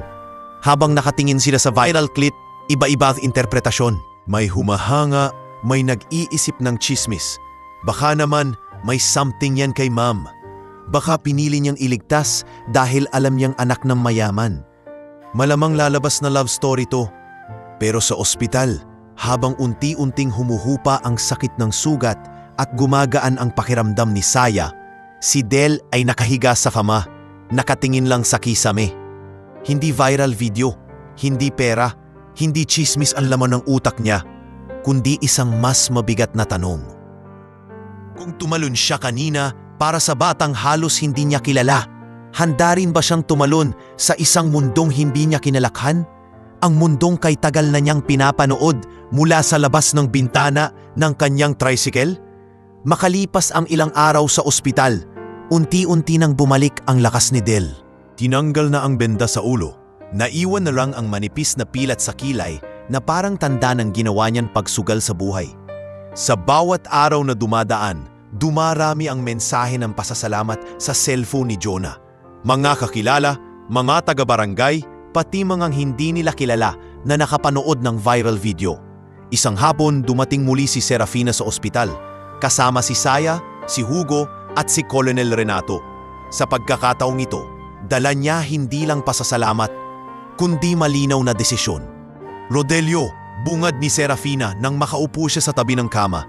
Ayokong pilitin ka, pero kailangan na naming magkaroon ng malinaw na kasunduan. Hindi pwedeng nakabitin ka lang sa ere. Nandun din si Nanay Erlinda, si Jonah at si Ira. Tahimik silang lahat, parang naghihintay ng hatol. Ma'am, mahina akong sagot ni Del. Halos ninenerbyos. Pinag-isipan ko na po ng mabuti yung alok ninyo. Kinausap ko na rin po si Nanay at si Jonah. Alam kong malaki yung pagbabagong haharapin namin. Pero tumingin siya kay Saya na tahimik lang na nakikinig. Kung dun po mas magiging ligtas si Saya at mas magkakaroon ng direksyon ng buhay ko, tatanggapin ko na po. Napangiti si Saya, parang Pasko. Talaga po Kuya Del, dito ka na lagi sa amin? Halos tumatalon niyang tanong. Oo anak, sagot ni Serafina. Baka sanggaan ng loob. Kung payag si Kuya Del, siya na ang lagi mong kasama. Inilabas ni Colonel Renato ang isang folder. Legal na kontrakto, sabi niya. Pero simple lang ang laman. Full-time kang driver at security aid ni Miss Saya. May regular na sahod, benepisyo, insurance at housing assistance para sa pamilya mo. Walang nakasulat na kahit anong kakaibang kondisyon. Kung gusto mong umalis balang araw, may proseso pero hindi ka ikukulong. Pinadaan ni Del ang mga mata sa papel, kahit hindi siya sanay sa ganoong mga dokumento. Tumulong si Jonah sa pagbabasa, binubulong sa kanyang ilang bahagi. Sa huli, tumango siya. Sige po, Colonel. Ma'am, pipirma na po ako, wika niya. Ramdam ang panginginig ng kamay habang dinadampian ng ballpen ang linya ng pirma. Nang matapos, parang may marahang humiwalay na mabigat na batong matagal nang nakapatong sa dibdib niya. May bagong bigat na dumating, responsibilidad at pag-aalinlangan, pero iba ang pakiramdam. Ito yung bigat na may kasamang pag-asa. Ilang araw matapos siyang ma-discharge, isang puting SUV ang dumating sa eskinita nila. Bumaba roon si Arman at si Hugo upang tumulong mag-empake ng iilang gamit ni Del. Hindi inalis ni Del ang tricycle sa buhay niya. Imbes, iniwan niya ito sa terminal sa pangangalaga ni na Monching at Mang Berting. Hoy, biro ni Monching, pag sumikat ka na sa mundo ng mayaman, huwag mo kaming kalimutan ha. Baka maari namang ta-sponsor sa Madrigal Logistics ng bagong terminal. Ngumiti si Del, inabot ang kamay ng kaibigan. Hindi ako magbabago, Monch. Pag may panahon, babalik pa rin ako rito, kahit magkape lang sa ilalim ng akasya. Pagdating nila sa village ni na Serafina, parang ibang planeta ang binagsangan niya. Malalapad ang kalsada, maayos ang gutter, bawat bahay may garden, may mga guards sa gate na nakabarong at may radyo. Pagbaba niya ng sasakyan, sinalubong siya ng malamig na hangin mula sa bukas na fountain sa gitna ng rotonda. "Welcome, Sir Del," bati ni Mang Osias, ang butler, sabay bahagyang yuko. "Ako po ang bahala sa mga pang-araw-araw na pangangailangan ninyo sa bahay." "Sir?" Halos mabasag ang tenga ni Del sa salitang iyon. Hindi siya sanay tawaging sir. "Ah, Del na lang po." "Hindi ako sanay sa ganyan," sagot niya, nahihiya. Sa loob ng mansion, namamangha siya sa bawat sulok, malinis na sahig na parang ayaw niyang tapakan, chandelier na parang ulan ng kristal, at mga painting sa dingding na hindi niya alam kung magkano ang halaga. Pinakilala siya ni Tita Malu sa staff, si Chef Lian sa kusina, si Boyet sa hardin, at si Carla, isa sa mga helper. "Dito po yung kwarto ninyo," sabi ni Tita Malu. Itinuro ang isang maayos na guest room sa second floor, malapit sa wing ni Nasaya. May kama, maliit na cabinet, study table at sariling banyo. Hindi maiwasang mapaluhan ng bahagya si Del, hindi dahil sa ganda, kundi dahil biglang pumasok sa isip niya ang silid na dati ay kinalalagyan niya. Maliit, mainit, amoy lumang kahoy, at butas-butas ang bubong. "Ma'am, sigurado po ba kayo?" tanong niya kay Serafina nang mag-isa silang napunta sa may hallway. "Baka po sobra na to." "Sobra ang ginawa mo para sa anak ko," sagot ni Serafina, diretso ang tingin. "Kung tutuusin, kulang pa nga yan. Huwag mong isipin na limos to. Trabaho yan. Binabayaran kita ng tama sa serbisyong mahalaga sa amin." Tahimik siyang tumango. Sa mga mata ni Serafina, hindi niya nakita ang pangmamaliit. Kita niya ang pagod pero kita rin ang respeto. Mabilis ang naging takbo ng mga sumunod na linggo. Tuwing umaga, si Del ang naghahatid kay Saya sa paaralan. Bago sila umalis, laging sisilip si Serafina sa pinto ng garahe. May hawak na kape. "Anak, behave ka ha," paalala niya. "Makikinig kay teacher tapos kay Kuya Del." "Opo, mommy," sagot ni Saya.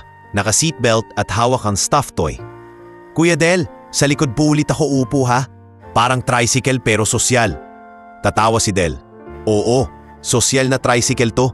Biro niya, sabay tingin kay Hugo sa passenger seat. "Ready na boss?" "Ako pa," sagot ni Hugo. "Pero sa totoo lang, mas gusto kong tawagin kang driver hero kaysa boss." Sa school, naging pamilyar na rin ang staff kay Del. Binabati siya ng mga guard ng ilang magulang at ng mga batang kaklase ni Saya. Minsan, may maririnig siyang bulong. Ayun yung nagligtas kay Saya. Yung tricycle driver na viral. Pero hindi niya ito pinalalaki ang ulo. Pagbalik sa mansyon, nakikipag-usap siya sa mga staff na para lang silang magkakabarangay. Kumakain siya sa kusina, hindi sa formal dining, at minsan ay nakikitulong magbuhat ng mga kahon o maglinis ng garahe. Isang gabi, habang kumakain ng mga staff sa likod, pinuri siya ni Chef Lian. "Alam mo, Sir Del, Del, ang gaan mong kasama.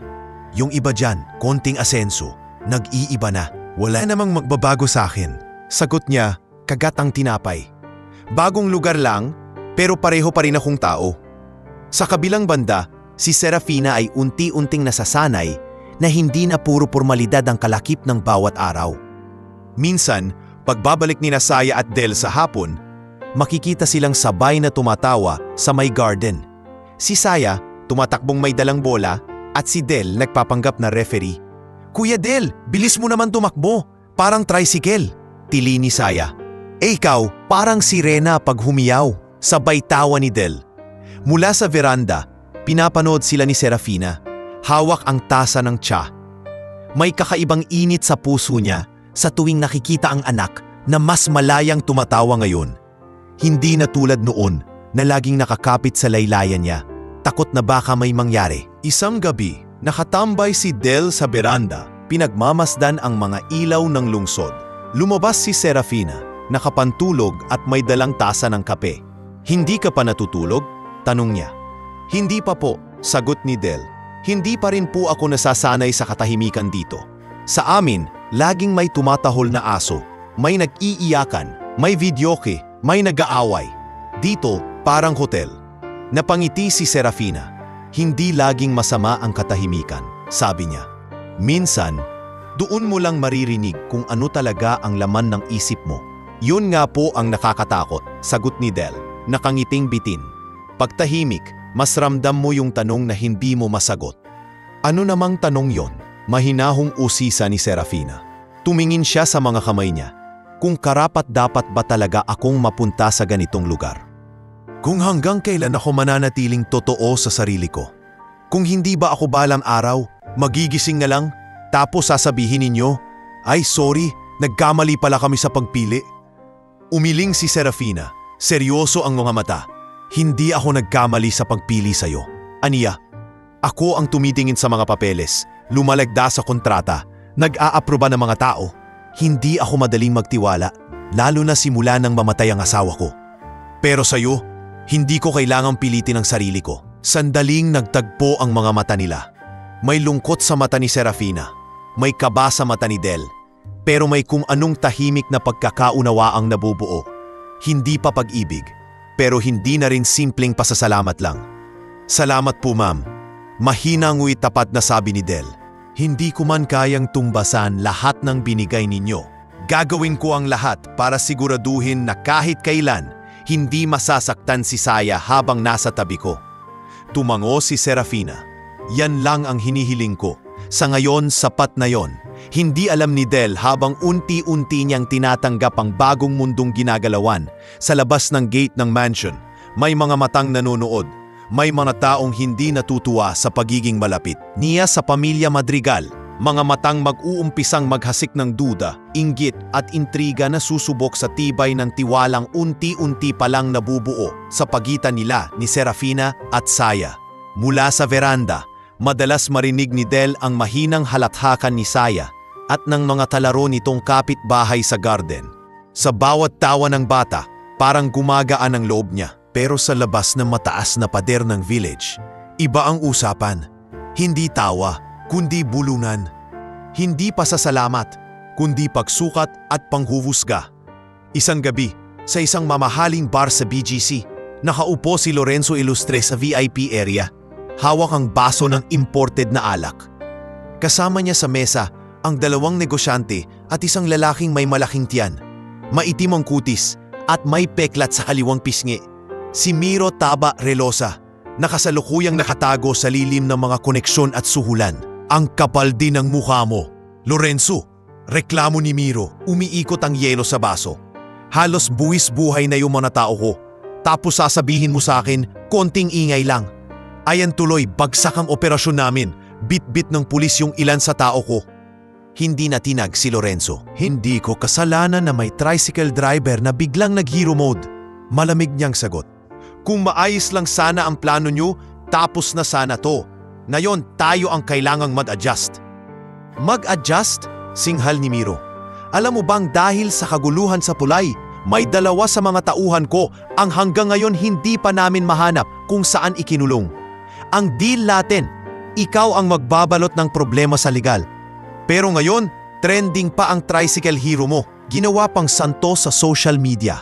Tumingala si Lorenzo, halatang naiirita. "At diyan tayo papasok ulit." Aniya, tumayo at inilapat ang isang envelope sa mesa. "Kung hindi natin kayang burahin ang ginawa niya, sisirain natin ang pagkatao niya. Sa papel, sa media, sa pananaw ng mga tao. Lalo na sa paningin ni Serafina." Kinuha ni Miro ang envelope at binuksan. Nandoon ang ilang dokumento at isang blankong affidavit.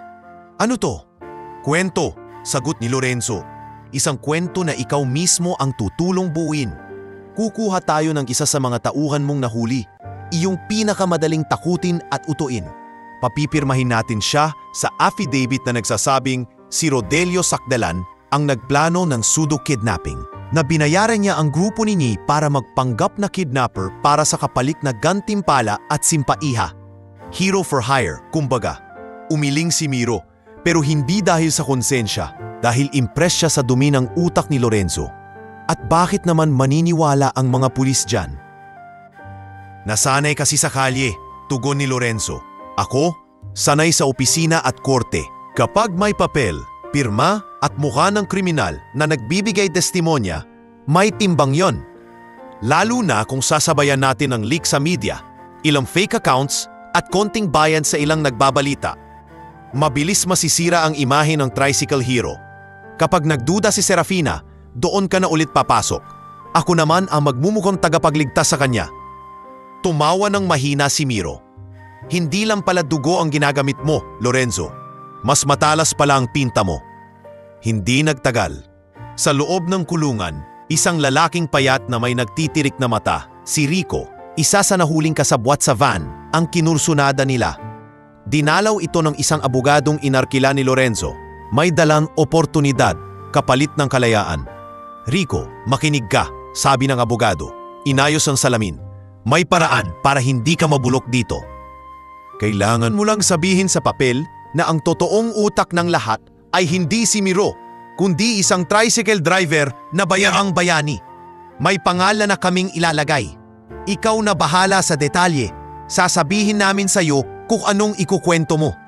Pero sir, tapot na sagot ni Rico. Baka balikan ako ng mga yun. Kilala ko si Taba. Hindi yun nagbibiro. Mas dapat mong katakutan tong selda, malamog na tugon ng abogado. Kesa sa kanya, pipirma ka, ililigtas ka namin. Aayusin namin yung kaso mo. Hindi ka na magtatagal dito. Kundi, bahala ka. Mamili ka kung saan mo gustong mabulok. Sa takot, sa gutom at sa pan-asang makakalabas pa. Sa huli, pumirma si Rico. Isang umaga, habang naghahatid sina Del at Saya sa school, bahagyang iba ang pakiramdam sa paligid.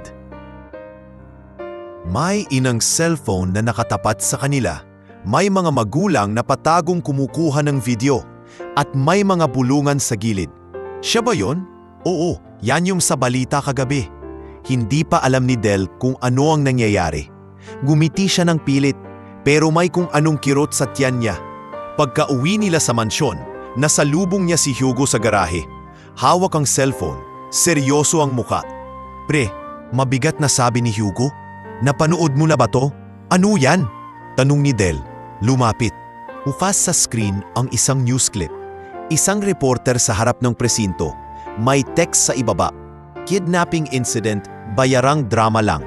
Kasunod nun, ipinakita ang isang nakablur na mukha ni Rico. Kasabay ng boses niyang sinasabing, plano po lahat yun. Binayaran kami ng tricycle driver na si Rodelio Sakdalan para magkunwari. Para magmukha siyang bayani sa harap ng kamera. Nanlamig si Del para siyang binuhusan ng yelo. Ano tong kalokohang to? Bulong niya. Hindi pa tapos, sabi ni Hugo. Pinlay niya ang susunod na bahagi ng video. May larawan ni Del, kinuhanan sa ospital. May caption na, Tricycle Hero, posibleng utak ng kidnapping.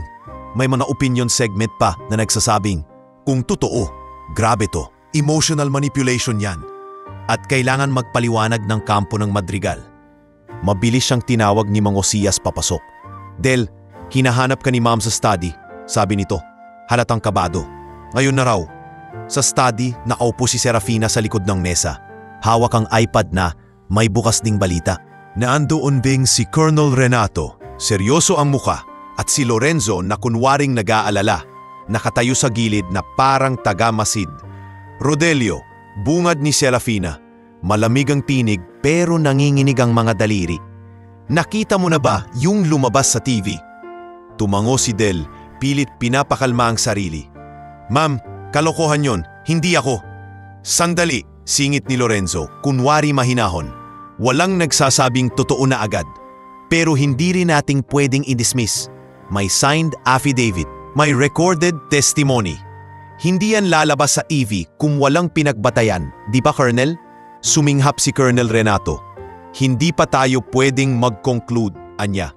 Pero totoo, may affidavit na pinirmahan ng isa sa suspek. Sinusuri pa natin kung may pananabotahe dito. Hindi ako basta-basta naniniwala, pero kailangan ding nating isaalang-alang ang tamang proseso. Napatingin si Serafina kay Del. Kita sa mata ang halo-halong emosyon. Takot, pagkalito, at isang kirot ng pagdududa na pilit niyang nilalabanan. Sabihin mo sa akin. Mahinahong sabi niya, pero may bigat. May tinatago ka ba? May nakausap ka ba bago nangyari yun? May nakatanggap ka ba ng pera, kahit kanino? I just need you to be honest. Wala, ma'am. Mabilis na sagot no Del. Halos namamanhid ang lalamunan. Wala po, ni piso. Walang binigay sa akin kahit sino. Kung may pera po ako, hindi ko po hahayaang ganyan pa rin ang bahay namin. Hindi ko po ipagsusugal ang buhay ng bata para sa pera. Hindi ako ganon. Tahimik ang silid. Si Lorenzo, nakapamewang lang, pinagmamasdan sila na parang palabas sa teatro. Pinaimbestigahan ko na rin ang background mo. Sabat ni Lorenzo, kinwari mabait. Wala namang malaking bahid. Pero minsan, Rodelio, ang taong tahimik, yun pa ang maraming lihim. Baka na-pressure ka sa hirap ng buhay. Tapos may tumukso sa'yo ng malaking kapalit. Lorenzo, enough! Singit ni Serafina. Pero mahina, huminga ng malalim si Del. Tumingin siya kay Serafina.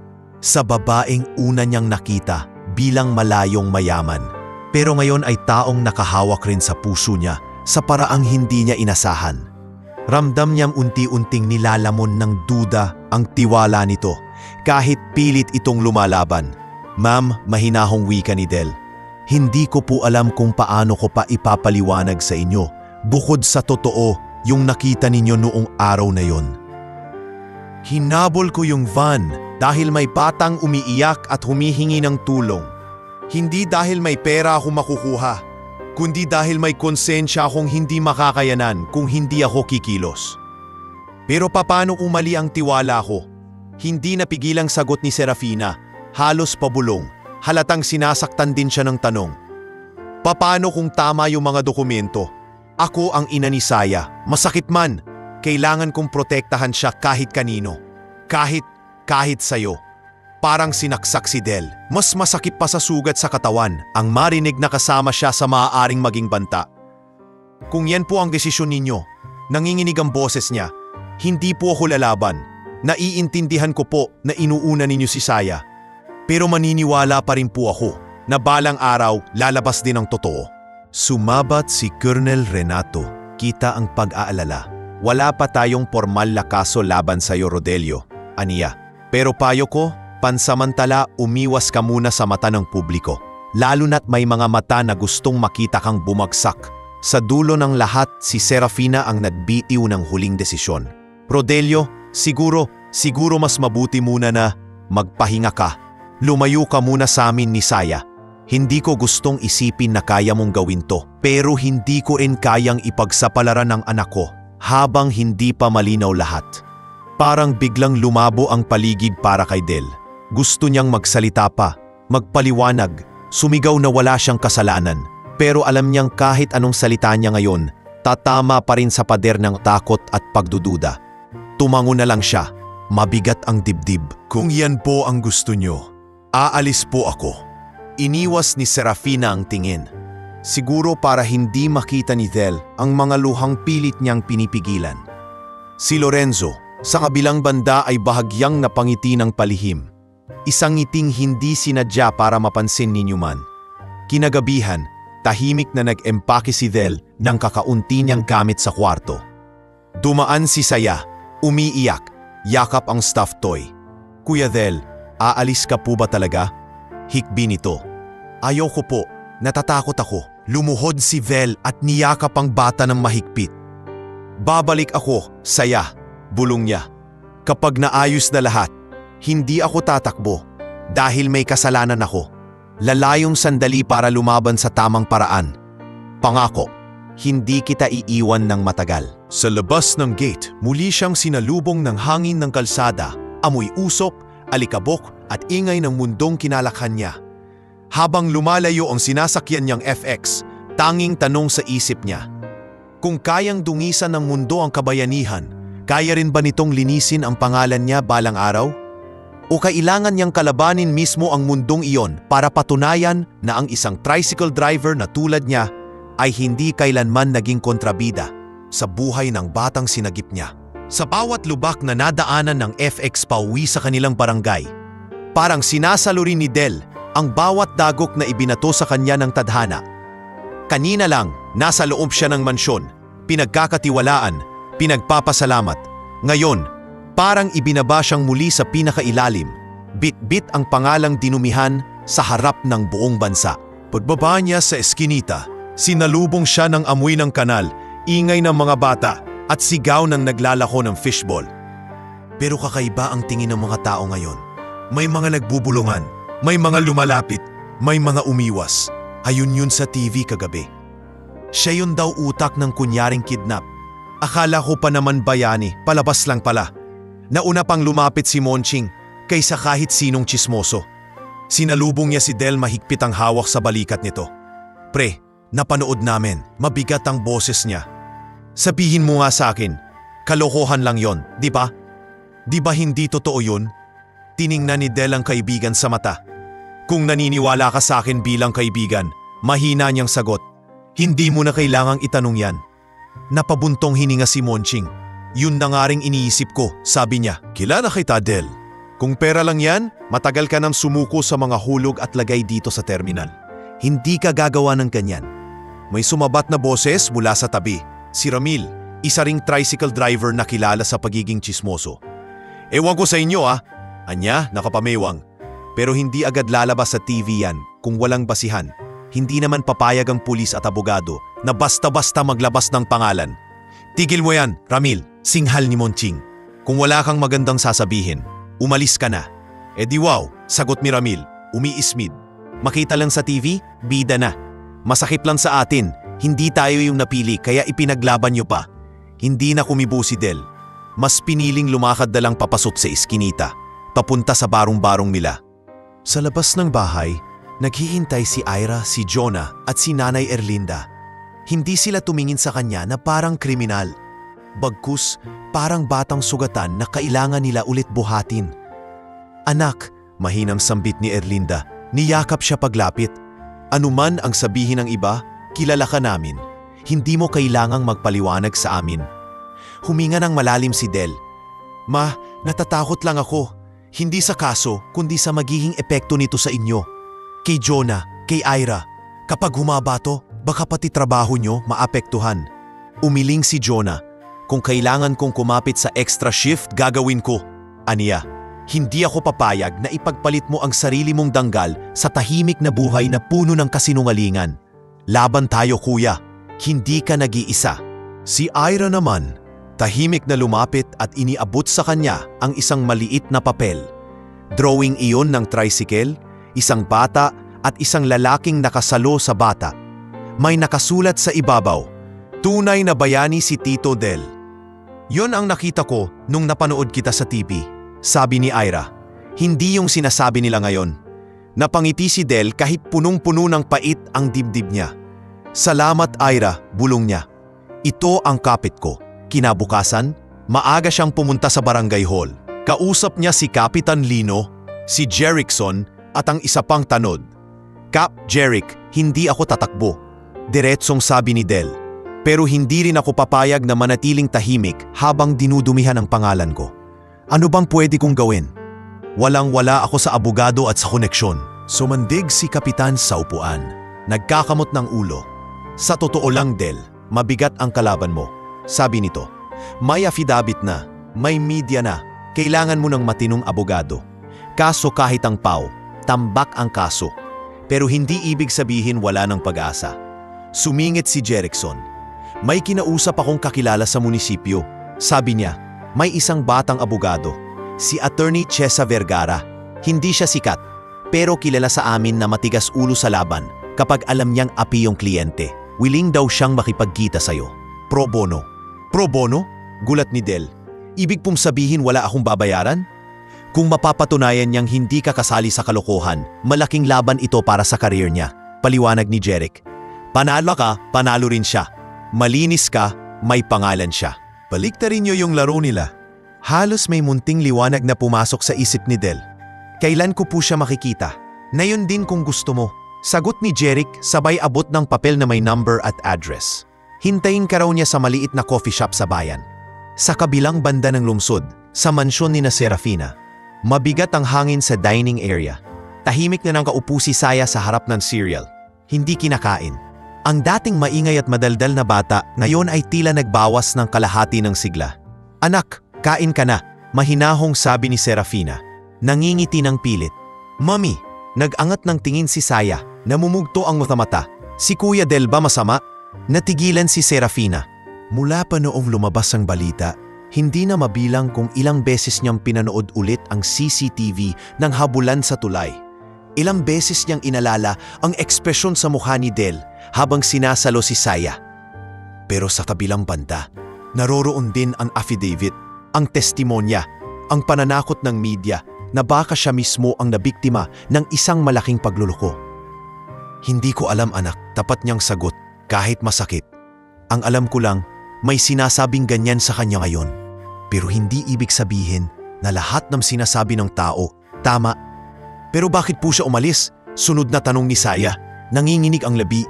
Hindi ko man lang po siya nayakap ulit. Sabi niya babalik siya pag naayos na. Pero paano po kung hindi na siya makabalik?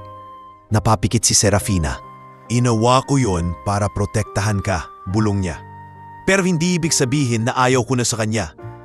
Tahimik lang si Saya, saka biglang tumayo at tumakbo paakyat sa kwarto. Yakap ang stuffed toy. Pinagmasdan siya ni Hugo mula sa gilid, halatang nag-aalala. Lumapit si Hugo kay Serafina. Ma'am, maingat na sabi niya. Hindi ako abogado, hindi rin ako politiko, pero sundalo ako. Sanay akong tumingin sa kilos ng tao at sa nakita ko kay Rodelio, hindi ko makita yung anyo ng taong kayang magbenta ng bata. Tumingin si Serafina sa kanya.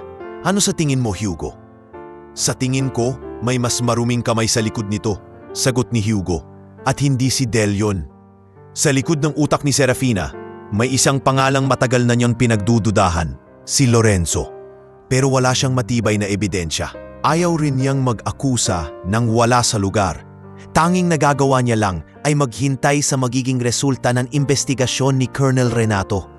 Sa maliit na coffee shop sa bayan, nakaupo si Del sa tapat ng babaeng naka-ponytail, nakasalamin at may daladalang makapal na folder. Si Attorney Chesa Vergara ito. Mas bata sa inaasahan niya pero matalas ang tingin. Mr. Sakdalan, bungad ni Chesa. Pinanood ko na ang mga balita at binasa ang initial report. At sa totoo lang, ang daming butas ng kwento laban sa'yo. Napakurap si Del. Butas ati? Una, paliwanag ni Chesa, binuklat ang folder. Sinasabi ng witness na ikaw ang nagbayad at nagplano, pero wala man lang pinakitang bank record, text o kahit anong pruweba ng komunikasyon ninyo. Puro salaysay lang niya. Pangalawa, ang timeline na binigay niya hindi tugma sa CCTV sa lugar kung saan ka nagbiyahe noong araw na sinasabing nagplano raw kayo. Pangatlo, bakit ka pa magpapaputok ng gulong at maghahabol sa van kung ikaw mismo ang nagplano ng script? Sobrang kulang sa logic. Napahawak si Del sa ulo. Attorney, kung ganun po bakit? Kasi may mas malakas sa'yo, diretsyong sabi ni Chesa. Mas malakas sa batas, mas malakas sa bulsa, mas malakas sa koneksyon. Pero hindi ibig sabihin, imposible nang talunin. Anong plano niyo po? Tanong ni Del. Simple, sagot ni Chesa. Hindi tayo maghihintay na lamunin ka ng kaso. Unang hakbang, maghahain tayo ng counter affidavit. Ikalawa, hihiling tayo ng kopya ng buong kaso at dudurugin natin punto por punto. Ikatlo, napatingin siya kay Jerickson na kasama nila. Kakailanganin natin ang tulong ng mga taong nakakita sa mismong pangyayaring yon. Lalo na yung nag-video, kung mahanap natin. Sumabat si Jerick. May kilala akong vlogger doon sa may palengke, si Junrix, aniya. Siya yung unang nag-upload ng raw video ng habulan bago pa kinopya ng mga news outlet. Baka may extra footage pa yon na hindi lumabas sa TV. Perfect! Nakangiting sagot ni Chesa. Kung may real file siya, baka may pwedeng mahuli sa background, plaka, muka o kahit anong ebidensya na hindi napansin ng iba. Sa unang pagkakataon mula nang masira ang pangalan niya, nakaramdam si Del ng konkretong direksyon. Hindi na lang basta dasal at paghihintay, may plano, may galaw. May laban. Ati, kahit ano pong mangyari. Mahina, ngunit matatag niyang sabi. Hindi ko po babaguhin ang sinabi ko. Hindi talaga ako kasali sa kalokohan nila. Kung kailangan kong maglakad sa lahat ng presinto at korte para sabihin yun, gagawin ko. Ngumiti si Chesa, bahagyang humalakhak. Mabuti na lang, mukha kang tao na mahirap pasunurin sa kasinungalingan, biro niya. Gamitin natin yan. Sa mundong puno ng pekeng kwento, minsan, yung simpleng totoo pa rin ang pinakamatibay na sandata. Habang palabas sila ng coffee shop, dumaan sa gilid ng kalsada ang isang kotse na may tinted na bintana. Sa loob nun, nakaupo si Lorenzo. Pinagmamasdan mula sa malayo si Del at si Api Chesa. Lumaban pala, malamig na bulong ni Lorenzo. Sumisimsim ng kape. Sige, tingnan natin kung gaano kalayo ang kayang abutin ng isang tricycle driver laban sa makina ng mundong ginagalawan ko. Hindi niya alam, sa mismong sandaling ipinagpatuloy niya ang maduming laro niya, may isa pang taong tahimik na nagmamasid sa kanya. Si Cornel Renato, mula sa kabilang sulok ng kalsada. May hawak itong kamera, tahimik na kumukuha ng litrato ng sasakyan ni Lorenzo at oras ng pagdating at pag-alis nito. Kung sinong nagtatago sa dilim, bulong ng Cornel sa sarili. Madalas yun ang unang nabubulgar kapag pinasok mo ng liwanag. At sa gitna ng lahat ng ito, sa loob ng isang kwartong kulay pastel sa mansion, nakatingala sa kisame si Saya, humahawak sa maliit na drawing na ginawa niya noon. Siya, si Mami at si Kuya Del, magkasama. Tahimik siyang nagdarasal. Panginoon, kung totoo pong mabait si Kuya Del, sana po tulungan niyo siyang bumalik sa amin. Kinabukasan, maaga pa lang ay nasa maliit na bahay na ni Junrix si Del, kasama sina Attorney Chesa at Jerickson. Si Junrix ay isang payat na lalaking nasa late 20s, may mahabang buhok na nakapusod at palaging may hawak na kamera. Kilala siya sa barangay bilang vlogger na mahilig mag-cover ng mga nangyayari sa kalsada, mula sa simpleng traffic hanggang sa malalaking aksidente. Kuya Del, grabe, hindi ko akalaing mapapadpad tayo sa ganito, bungad ni Junrix habang inaayos ang external hard drive sa harap ng lumang laptop. Nung una, vlog lang talaga yung habulan na yon. Hindi ko alam na magiging buhay at dignidad ang kapalit. Pasensya na kung nadamay ka pa, sagot ni Del. Nakaupo sa mono-black chair. Pero malaking tulong yung video mo. Sana nga, meron pang hindi nila napansin. Yun nga ang tingnan natin, sabat ni Ato Richesa. Seryoso at nakatutok sa screen. Kailangan natin yung raw file, hindi yung na-upload sa social media na nabawasan na ng quality. Binuksan ni Junrix ang folder, hanap ang araw at oras ng insidente.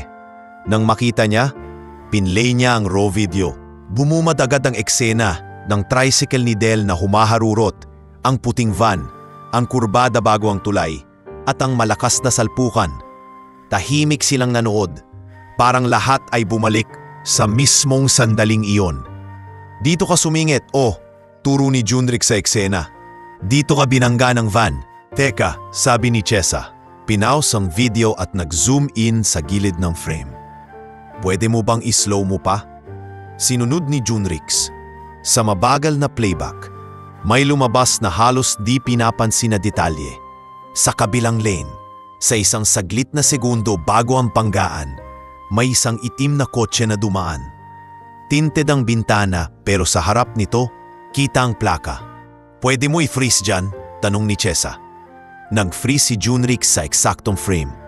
Lumapit si Del at si Jerick. Sa unang tingin, malabo. Pero nang pinataas pa ang brightness at contrast, unti-unting lumitaw ang kombinasyon ng mga letra at numero. Parang bulong ni Jerick. NI348. Kinuha ni Chesa ang cellphone at nag-screenshot ng frame.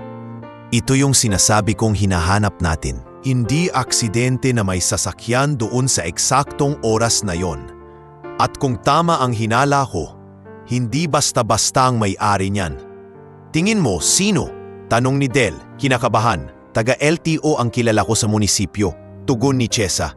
Hindi ko pwedeng basta hingin ang record, pero may legal na paraan. Pwede tayong magsumite ng formal request as part of ongoing case documentation. Kung sino man ang lalabas na may-ari ng plaka na to, Baka siya ang magbubukas ng pinto sa mas malaking katotohanan. Nagkatinginan sina Jeric at Del. Sa unang pagkakataon, may konkretong direksyon ang pangalang matagal nang umiikot sa isip ni Colonel Renato at pati na rin sa kutob ni Serafina. Junrix, dagdag ni Chesa, pwede ba kitang hilingang huwag mo munang i-post ang anumang follow-up tungkol dito? Mahirap na. Baka maunahan tayo ng kalaban. Tumango ang vlogger. Kung laban to para sa totoo, game ako, aniya. Kaya nga ako nagvi-video, di ba? Para sa katotohanan, hindi sa malinis na script ng may pera. Samantala, sa opisina ni Colonel Renato, nakalatag sa mesa ang iba't ibang litrato at report. Nasa harap niya ang CCTV stills ng paglabas at pagpasok ng sasakyan ni Lorenzo sa iba't ibang lugar, sa village, sa presinto, kilalang law office sa Makati. Kasama na rin dito ang mga litrato mula sa kanyang mismong kuha noong sinundan niya ito sa coffee shop kung saan nakita niyang dumaan ang kotse malapit kina Del at Chesa. Hindi ka pa rin nag-iingat, Lorenzo, bulong niya. Ang yabang mo sa paglalakad sa dilim. Nakakalimutan mong may CCTV at mga taong tahimik lang na nagbibilang ng galaw mo. Tok-tok, pumasok si isang tauhan niya. Sir, lumabas na po yung preliminary verification mula sa contact natin sa LTO. Inabot ni Colonel Renato ang maliit na papel. Nakasulat doon ang plaka na NI348 at ang pangalan ng rehistradong may-ari, Lorenzo Ilustre. Napapikit siya at napahinga ng malalim. Ayun na, bulong niya. May unang piraso na tayo. Sa mansyon, tahimik na nakaupo si Serafina sa study, nakatitig sa email na galing sa legal team ng kumpanya. Ipinapayo nilang maglabas siya ng maikling pahayag na hindi kumakampi kay Del, pero hindi rin directly kumokondena. Sang-ayon sa payong PR, neutral but protective. Ma'am, sabi ng abogado sa call, mas mabuting magsalita kayo. Sa ngayon, nagmumukha kayong nadala ng emosyon. Kailangan niyong ipakitang hindi kayo bulag sa posibilidad na naloko kayo. Napatingin siya sa picture frame sa mesa. Ang litrato nila ni Saya sa beach kasama si Emilio bago ito pumanaw. Masarap sana ang simpleng buhay kung hindi dumating ang sindikato, ang mga banta at ang mga kasinungalingan. Hindi ako bulag, malamig niyang tugon. Pero hindi rin ako manhid. Alam kong hindi lahat ng lumalabas sa media ay katotohanan. Of course, ma'am, mabilis na sagot ng abogado. Kaya nga po neutral ang statement. Hintayin na lang natin ang resulta ng investigasyon. Habang wala pang malinaw, wag muna kayong kumampi kahit kanino, lalo na in public. Pagkababa niya ng tawag, napasandal si Serafina sa upuan. Nakita niya si Saya sa may pinto, nakasilip. Mommy, mahina nitong tawag. Pwede po ba akong pumasok? Halika anak, sagot niya. Lumapit si Saya, may hawak na maliit na notebook. Nag-drawing po ako ulit, mahiyain itong sabi. This time, may dalawang kuya. Kinuha ni Serafina ang notebook sa drawing. May batang babae sa gitna, may hawak na kamay. Sa kaliwa, si Kuya Del na nakatricycle. Sa kanan, isang lalaking nakasuot ng itim na suit na nakangisi. Kahawig ni Lorenzo, kahit hindi nito alam ang pangalan. Sino yan? Tanong ni Serafina. Tinuturo ang lalaking nakasuit. Si Kuya. Ewan, sagot ni Saya. Hindi ko po siya kilala, pero palagi ko po siyang nakikitang kausap ng ibang adult sa bahay. Hindi po siya nakangiti kay Kuya Del. Parang ayaw niya sa kanya. Parang may malamig na humaplos sa batok ni Serafina. Kailan mo siya nakitang ganyan? Pag aalis po tayo sa may malayo banda, sagot ni Saya. Pero mami, mas gusto ko pa rin si Kuya Del. Kahit hindi siya nakasuit, alam kong mabait siya. Yung mata niya, hindi katulad nung isa. Umabot ang kamay ni Serafina at hinaplos ang ulo ng anak. Anak, bulong niya. Kung minsan, mas tama ang pakiramdam ng bata kaysa sa mga lumaki ng punong-puno ng takot at duda. Sa sandaling iyon, tumunog ang cellphone niya. Si Colonel Renato ang tumatawag. Colonel, agad niyan sagot. May balita na ba kayo? Ma'am, diretsong sabi ni Renato. Ayoko pong mauna sa konklusyon. Pero may mahalaga na tayong nakuha. Na-trace na namin yung plaka ng sasakyang nakita malapit sa eksena bago ang banggaan sa tulay. Sa madaling sabi, May indikasyon na may kinalaman ang isang taong malapit sa inyo sa mismong oras at lugar ng krimen. Nag-iba ang boses ni Serafina. Sino? Si Lorenzo Ilustre, sagot ni Renato. Hindi pa ito final, pero sapat na para magduda. At sapat na para sabihing malaki ang posibilidad na may nagmamanipula ng direksyon ng kaso laban kay Del. Napakapit siya sa mesa. Totoo yan, Colonel. Ibig sabihin, putol ni Renato, huwag kayong masyadong magmadaling magbitaw ng desisyon laban kay Rodelio. At kung may natitira pa kayong tiwala sa kanya, baka panahon na para tulungan natin siyang lumaban, hindi lang maghintay. Tumulo ng dahan-dahan ang luha ni Serafina, hindi dahil sa lungkot, kundi dahil sa paghahalo ng hiya, galit at pag-asa. Naalala niya ang tingin ni Del nung huli silang nag-usap, kung paano ito tumanggap ng desisyon niyang lumayo. Nang walang reklamo, kahit alam niyang dinudumihan ang pangalan nito. Sa dulo ng tawag, mahina pero matatag siyang nagsalita. Colonel, kung mapapatunayang may kamay si Lorenzo sa lahat ng ito, hindi ako uupo lang at manunood. Hindi ko hahayaang manatiling marumi ang pangalan ng lalaking inilaglag ang sarili para sa anak ko. At sa kabilang dulo ng lungsod, habang pinaplansya ni Lorenzo ang bagong suit sa harap ng salamin, walang kamalay-malay sa piraso-pirasong ebidensyang unti-unting bumubukas laban sa kanya. Si Del ay nakaupo sa sala ng barong-barong. Hawak ang drawing ni Ira at ang screenshot ng plaka na galing sa raw video. Tahimik siyang nagdasal sa isip.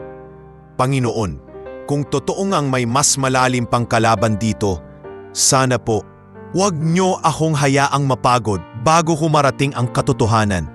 Kinabukasan, madilim pa ang langit nang bumangon si Del. Hindi na siya bumibiyahe bilang tricycle driver. Ayaw niyang lumabas nang wala pang linaw ang kaso. Pero parang nakaprograma na sa katawan niya ang maagang paggising.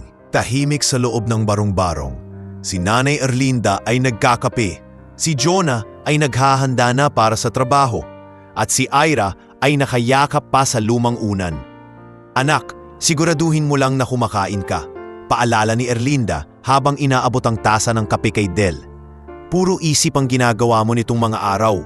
Baka mamaya, katawan mo na ang bumigay. Kaya ko pa ma, sagot ni Del.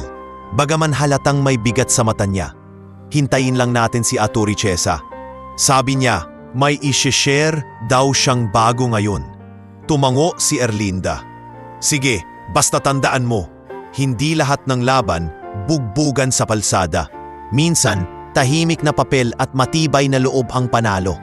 Habang nag-uusap sila, may umalingaw-ngaw na tunog ng SUV sa labas ng eskinita. Hindi ito pangkaraniwan sa lugar nila, kaya halos sabay-sabay silang napalingon. Si Jonah ang unang lumabas upang silipin kung sino. Kuya, balik nito sa loob. May kaba ang mukha. Ikaw na mismo ang tumingin. Mukhang panahon na. Lumabas si Del, dahan-dahan, parang natatakot sa kung ano ang makikita. Sa bungad ng eskinita, may nakaparadang itim na SUV na may tinted na bintana. Pero hindi ito mukhang katulad ng sa sindikato. Pamilyar. Binuksan ang pinto sa likod at bumaba roon si Serafina. Nakasimpleng blouse at jeans, walang alahas na bongga, walang entourage na OA. Kasama niya si Hugo na nakamasid sa paligid, halatang alerto. Si Saya hindi kasama, naiwan sa mansyon ayon sa plano ni Colonel. Natulala si Del nang masilayan siya. Hindi niya inakalang makakakita pa sila ng ganito kabilis. Hindi sa porte, hindi sa presinto, kundi sa mismong lugar na pinagmulan niya. Ma'am, halos bulong ni Thel. Hindi alam kung tatakbo ba o lalapit. Bakit po kayo naparito? Humakbang si Serafina. Mabagal. Tinitingnan ang makikitid na daan, mga sampay na damit, mga batang naglalaro sa gilid. Parang ngayon niya lang tunay na nakita ang mundong tinakasan ni Thel para sumama sa kanila. Rodelio, mahinahong wika niya. Pwede ba kitang makausap? Hindi bilang amo at empleyado, kundi bilang ina ng batang iniligtas mo at bilang taong nagkamali. Nagkatinginan sina Jonah at Erlinda. Mabilis na inakay ni Jonah ang ina papasok muli sa bahay. Kami na po ang lalabas pag kailangan, sabi nito. Si Hugo naman ay nanatili sa di kalayuan, nagbabantay ngunit hindi nakikialam. Umupo sina Del at Serafina sa kahoy na bangkito sa labas ng bahay. Walang aircon, walang mamahaling upuan. Pero sa sandaling iyon, parang ang mismong lupa ang saksi sa bigat ng pag-uusap nila. "Ma'am, hindi niyo po kailangang..." "Sorry!" Putol ni Serafina, mariin, sabay tingin sa kanya. Una sa lahat, Rodelio, humihingi ako ng tawad.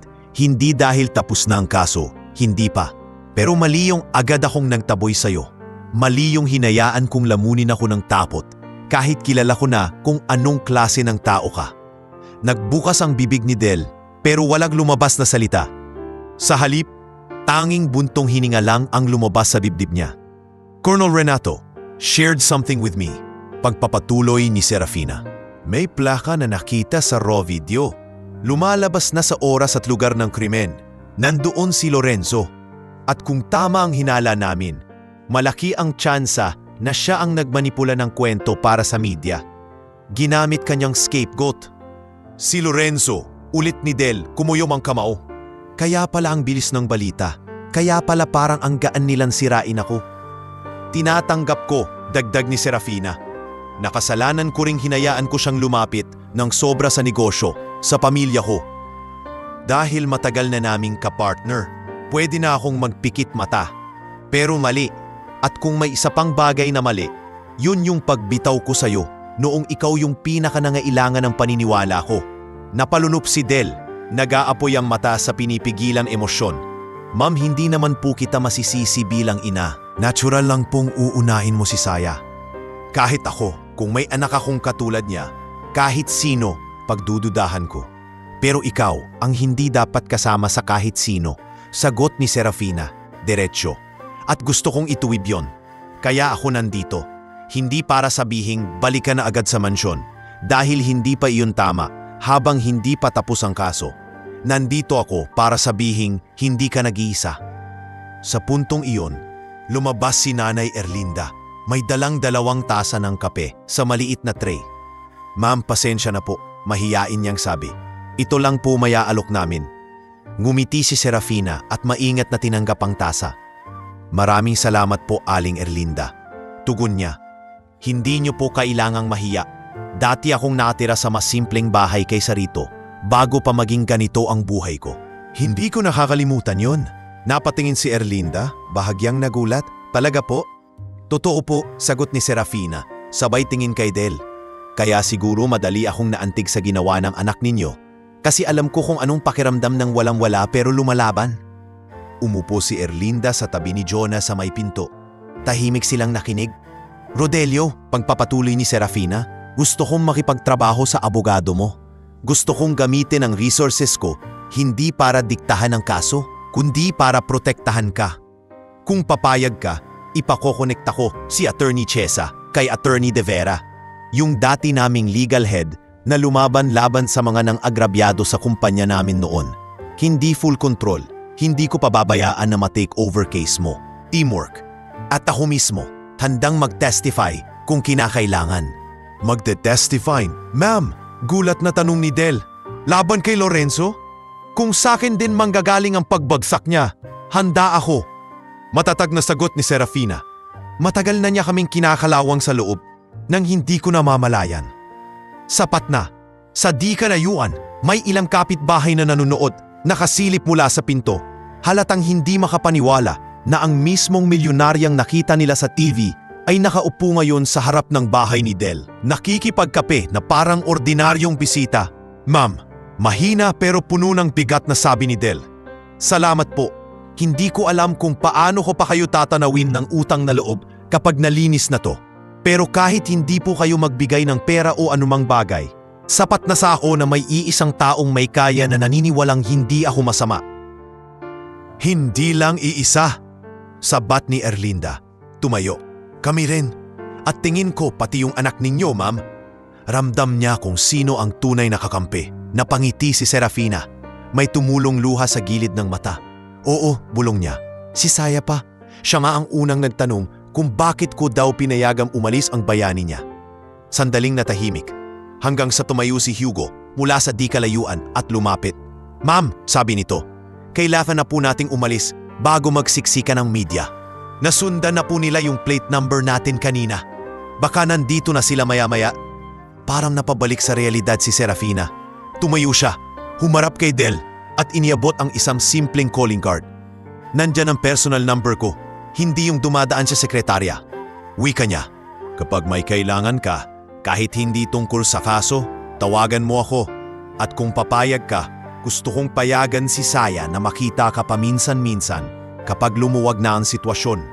Hindi niya matanggap na basta ka na lang nawala.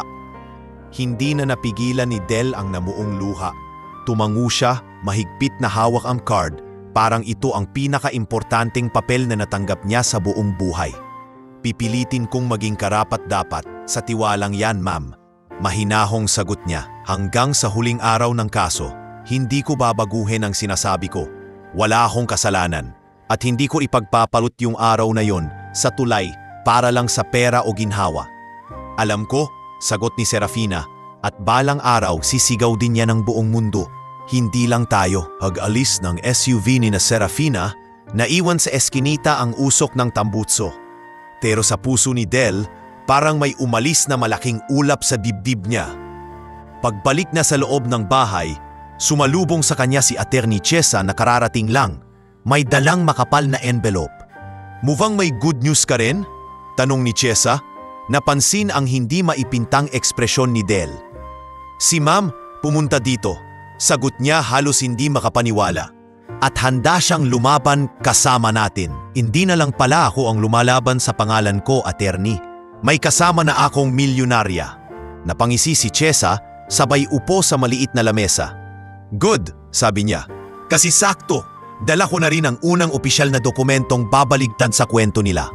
Inilabas niya mula sa envelope ang kopya ng formal request na isinampa sa piskalya, motion to summon Lorenzo Ilustre, at notice of challenge sa credibility ng affidavit ni Rico. Kalakip ang screenshot ng plaka sa raw video. "Simula pa lang to, Del," maigpit na sabi ni Chesa. "Pero ngayong lumilinaw na kung sino talaga ang dapat managot. Mas lalong kailangan ng tapang, hindi lang sa'yo, kundi sa lahat ng taong nasa panig ng katotohanan." Kaya tanong ko, tumingin siya diretso sa mata ni Del. "Handa ka bang ituloy to hanggang dulo? Kahit sa tingin ng iba, isa ka lang tricycle driver na nakipagsabayan sa mga higante." Humugot ng malalim na hininga si Del at tumango. "Oo, Ateri, kasi kahit tricycle lang ang kaya kong sakyan, alam ko namang mas malayo ang maabot ng taong hindi tumitigil sa paglaban para sa totoo."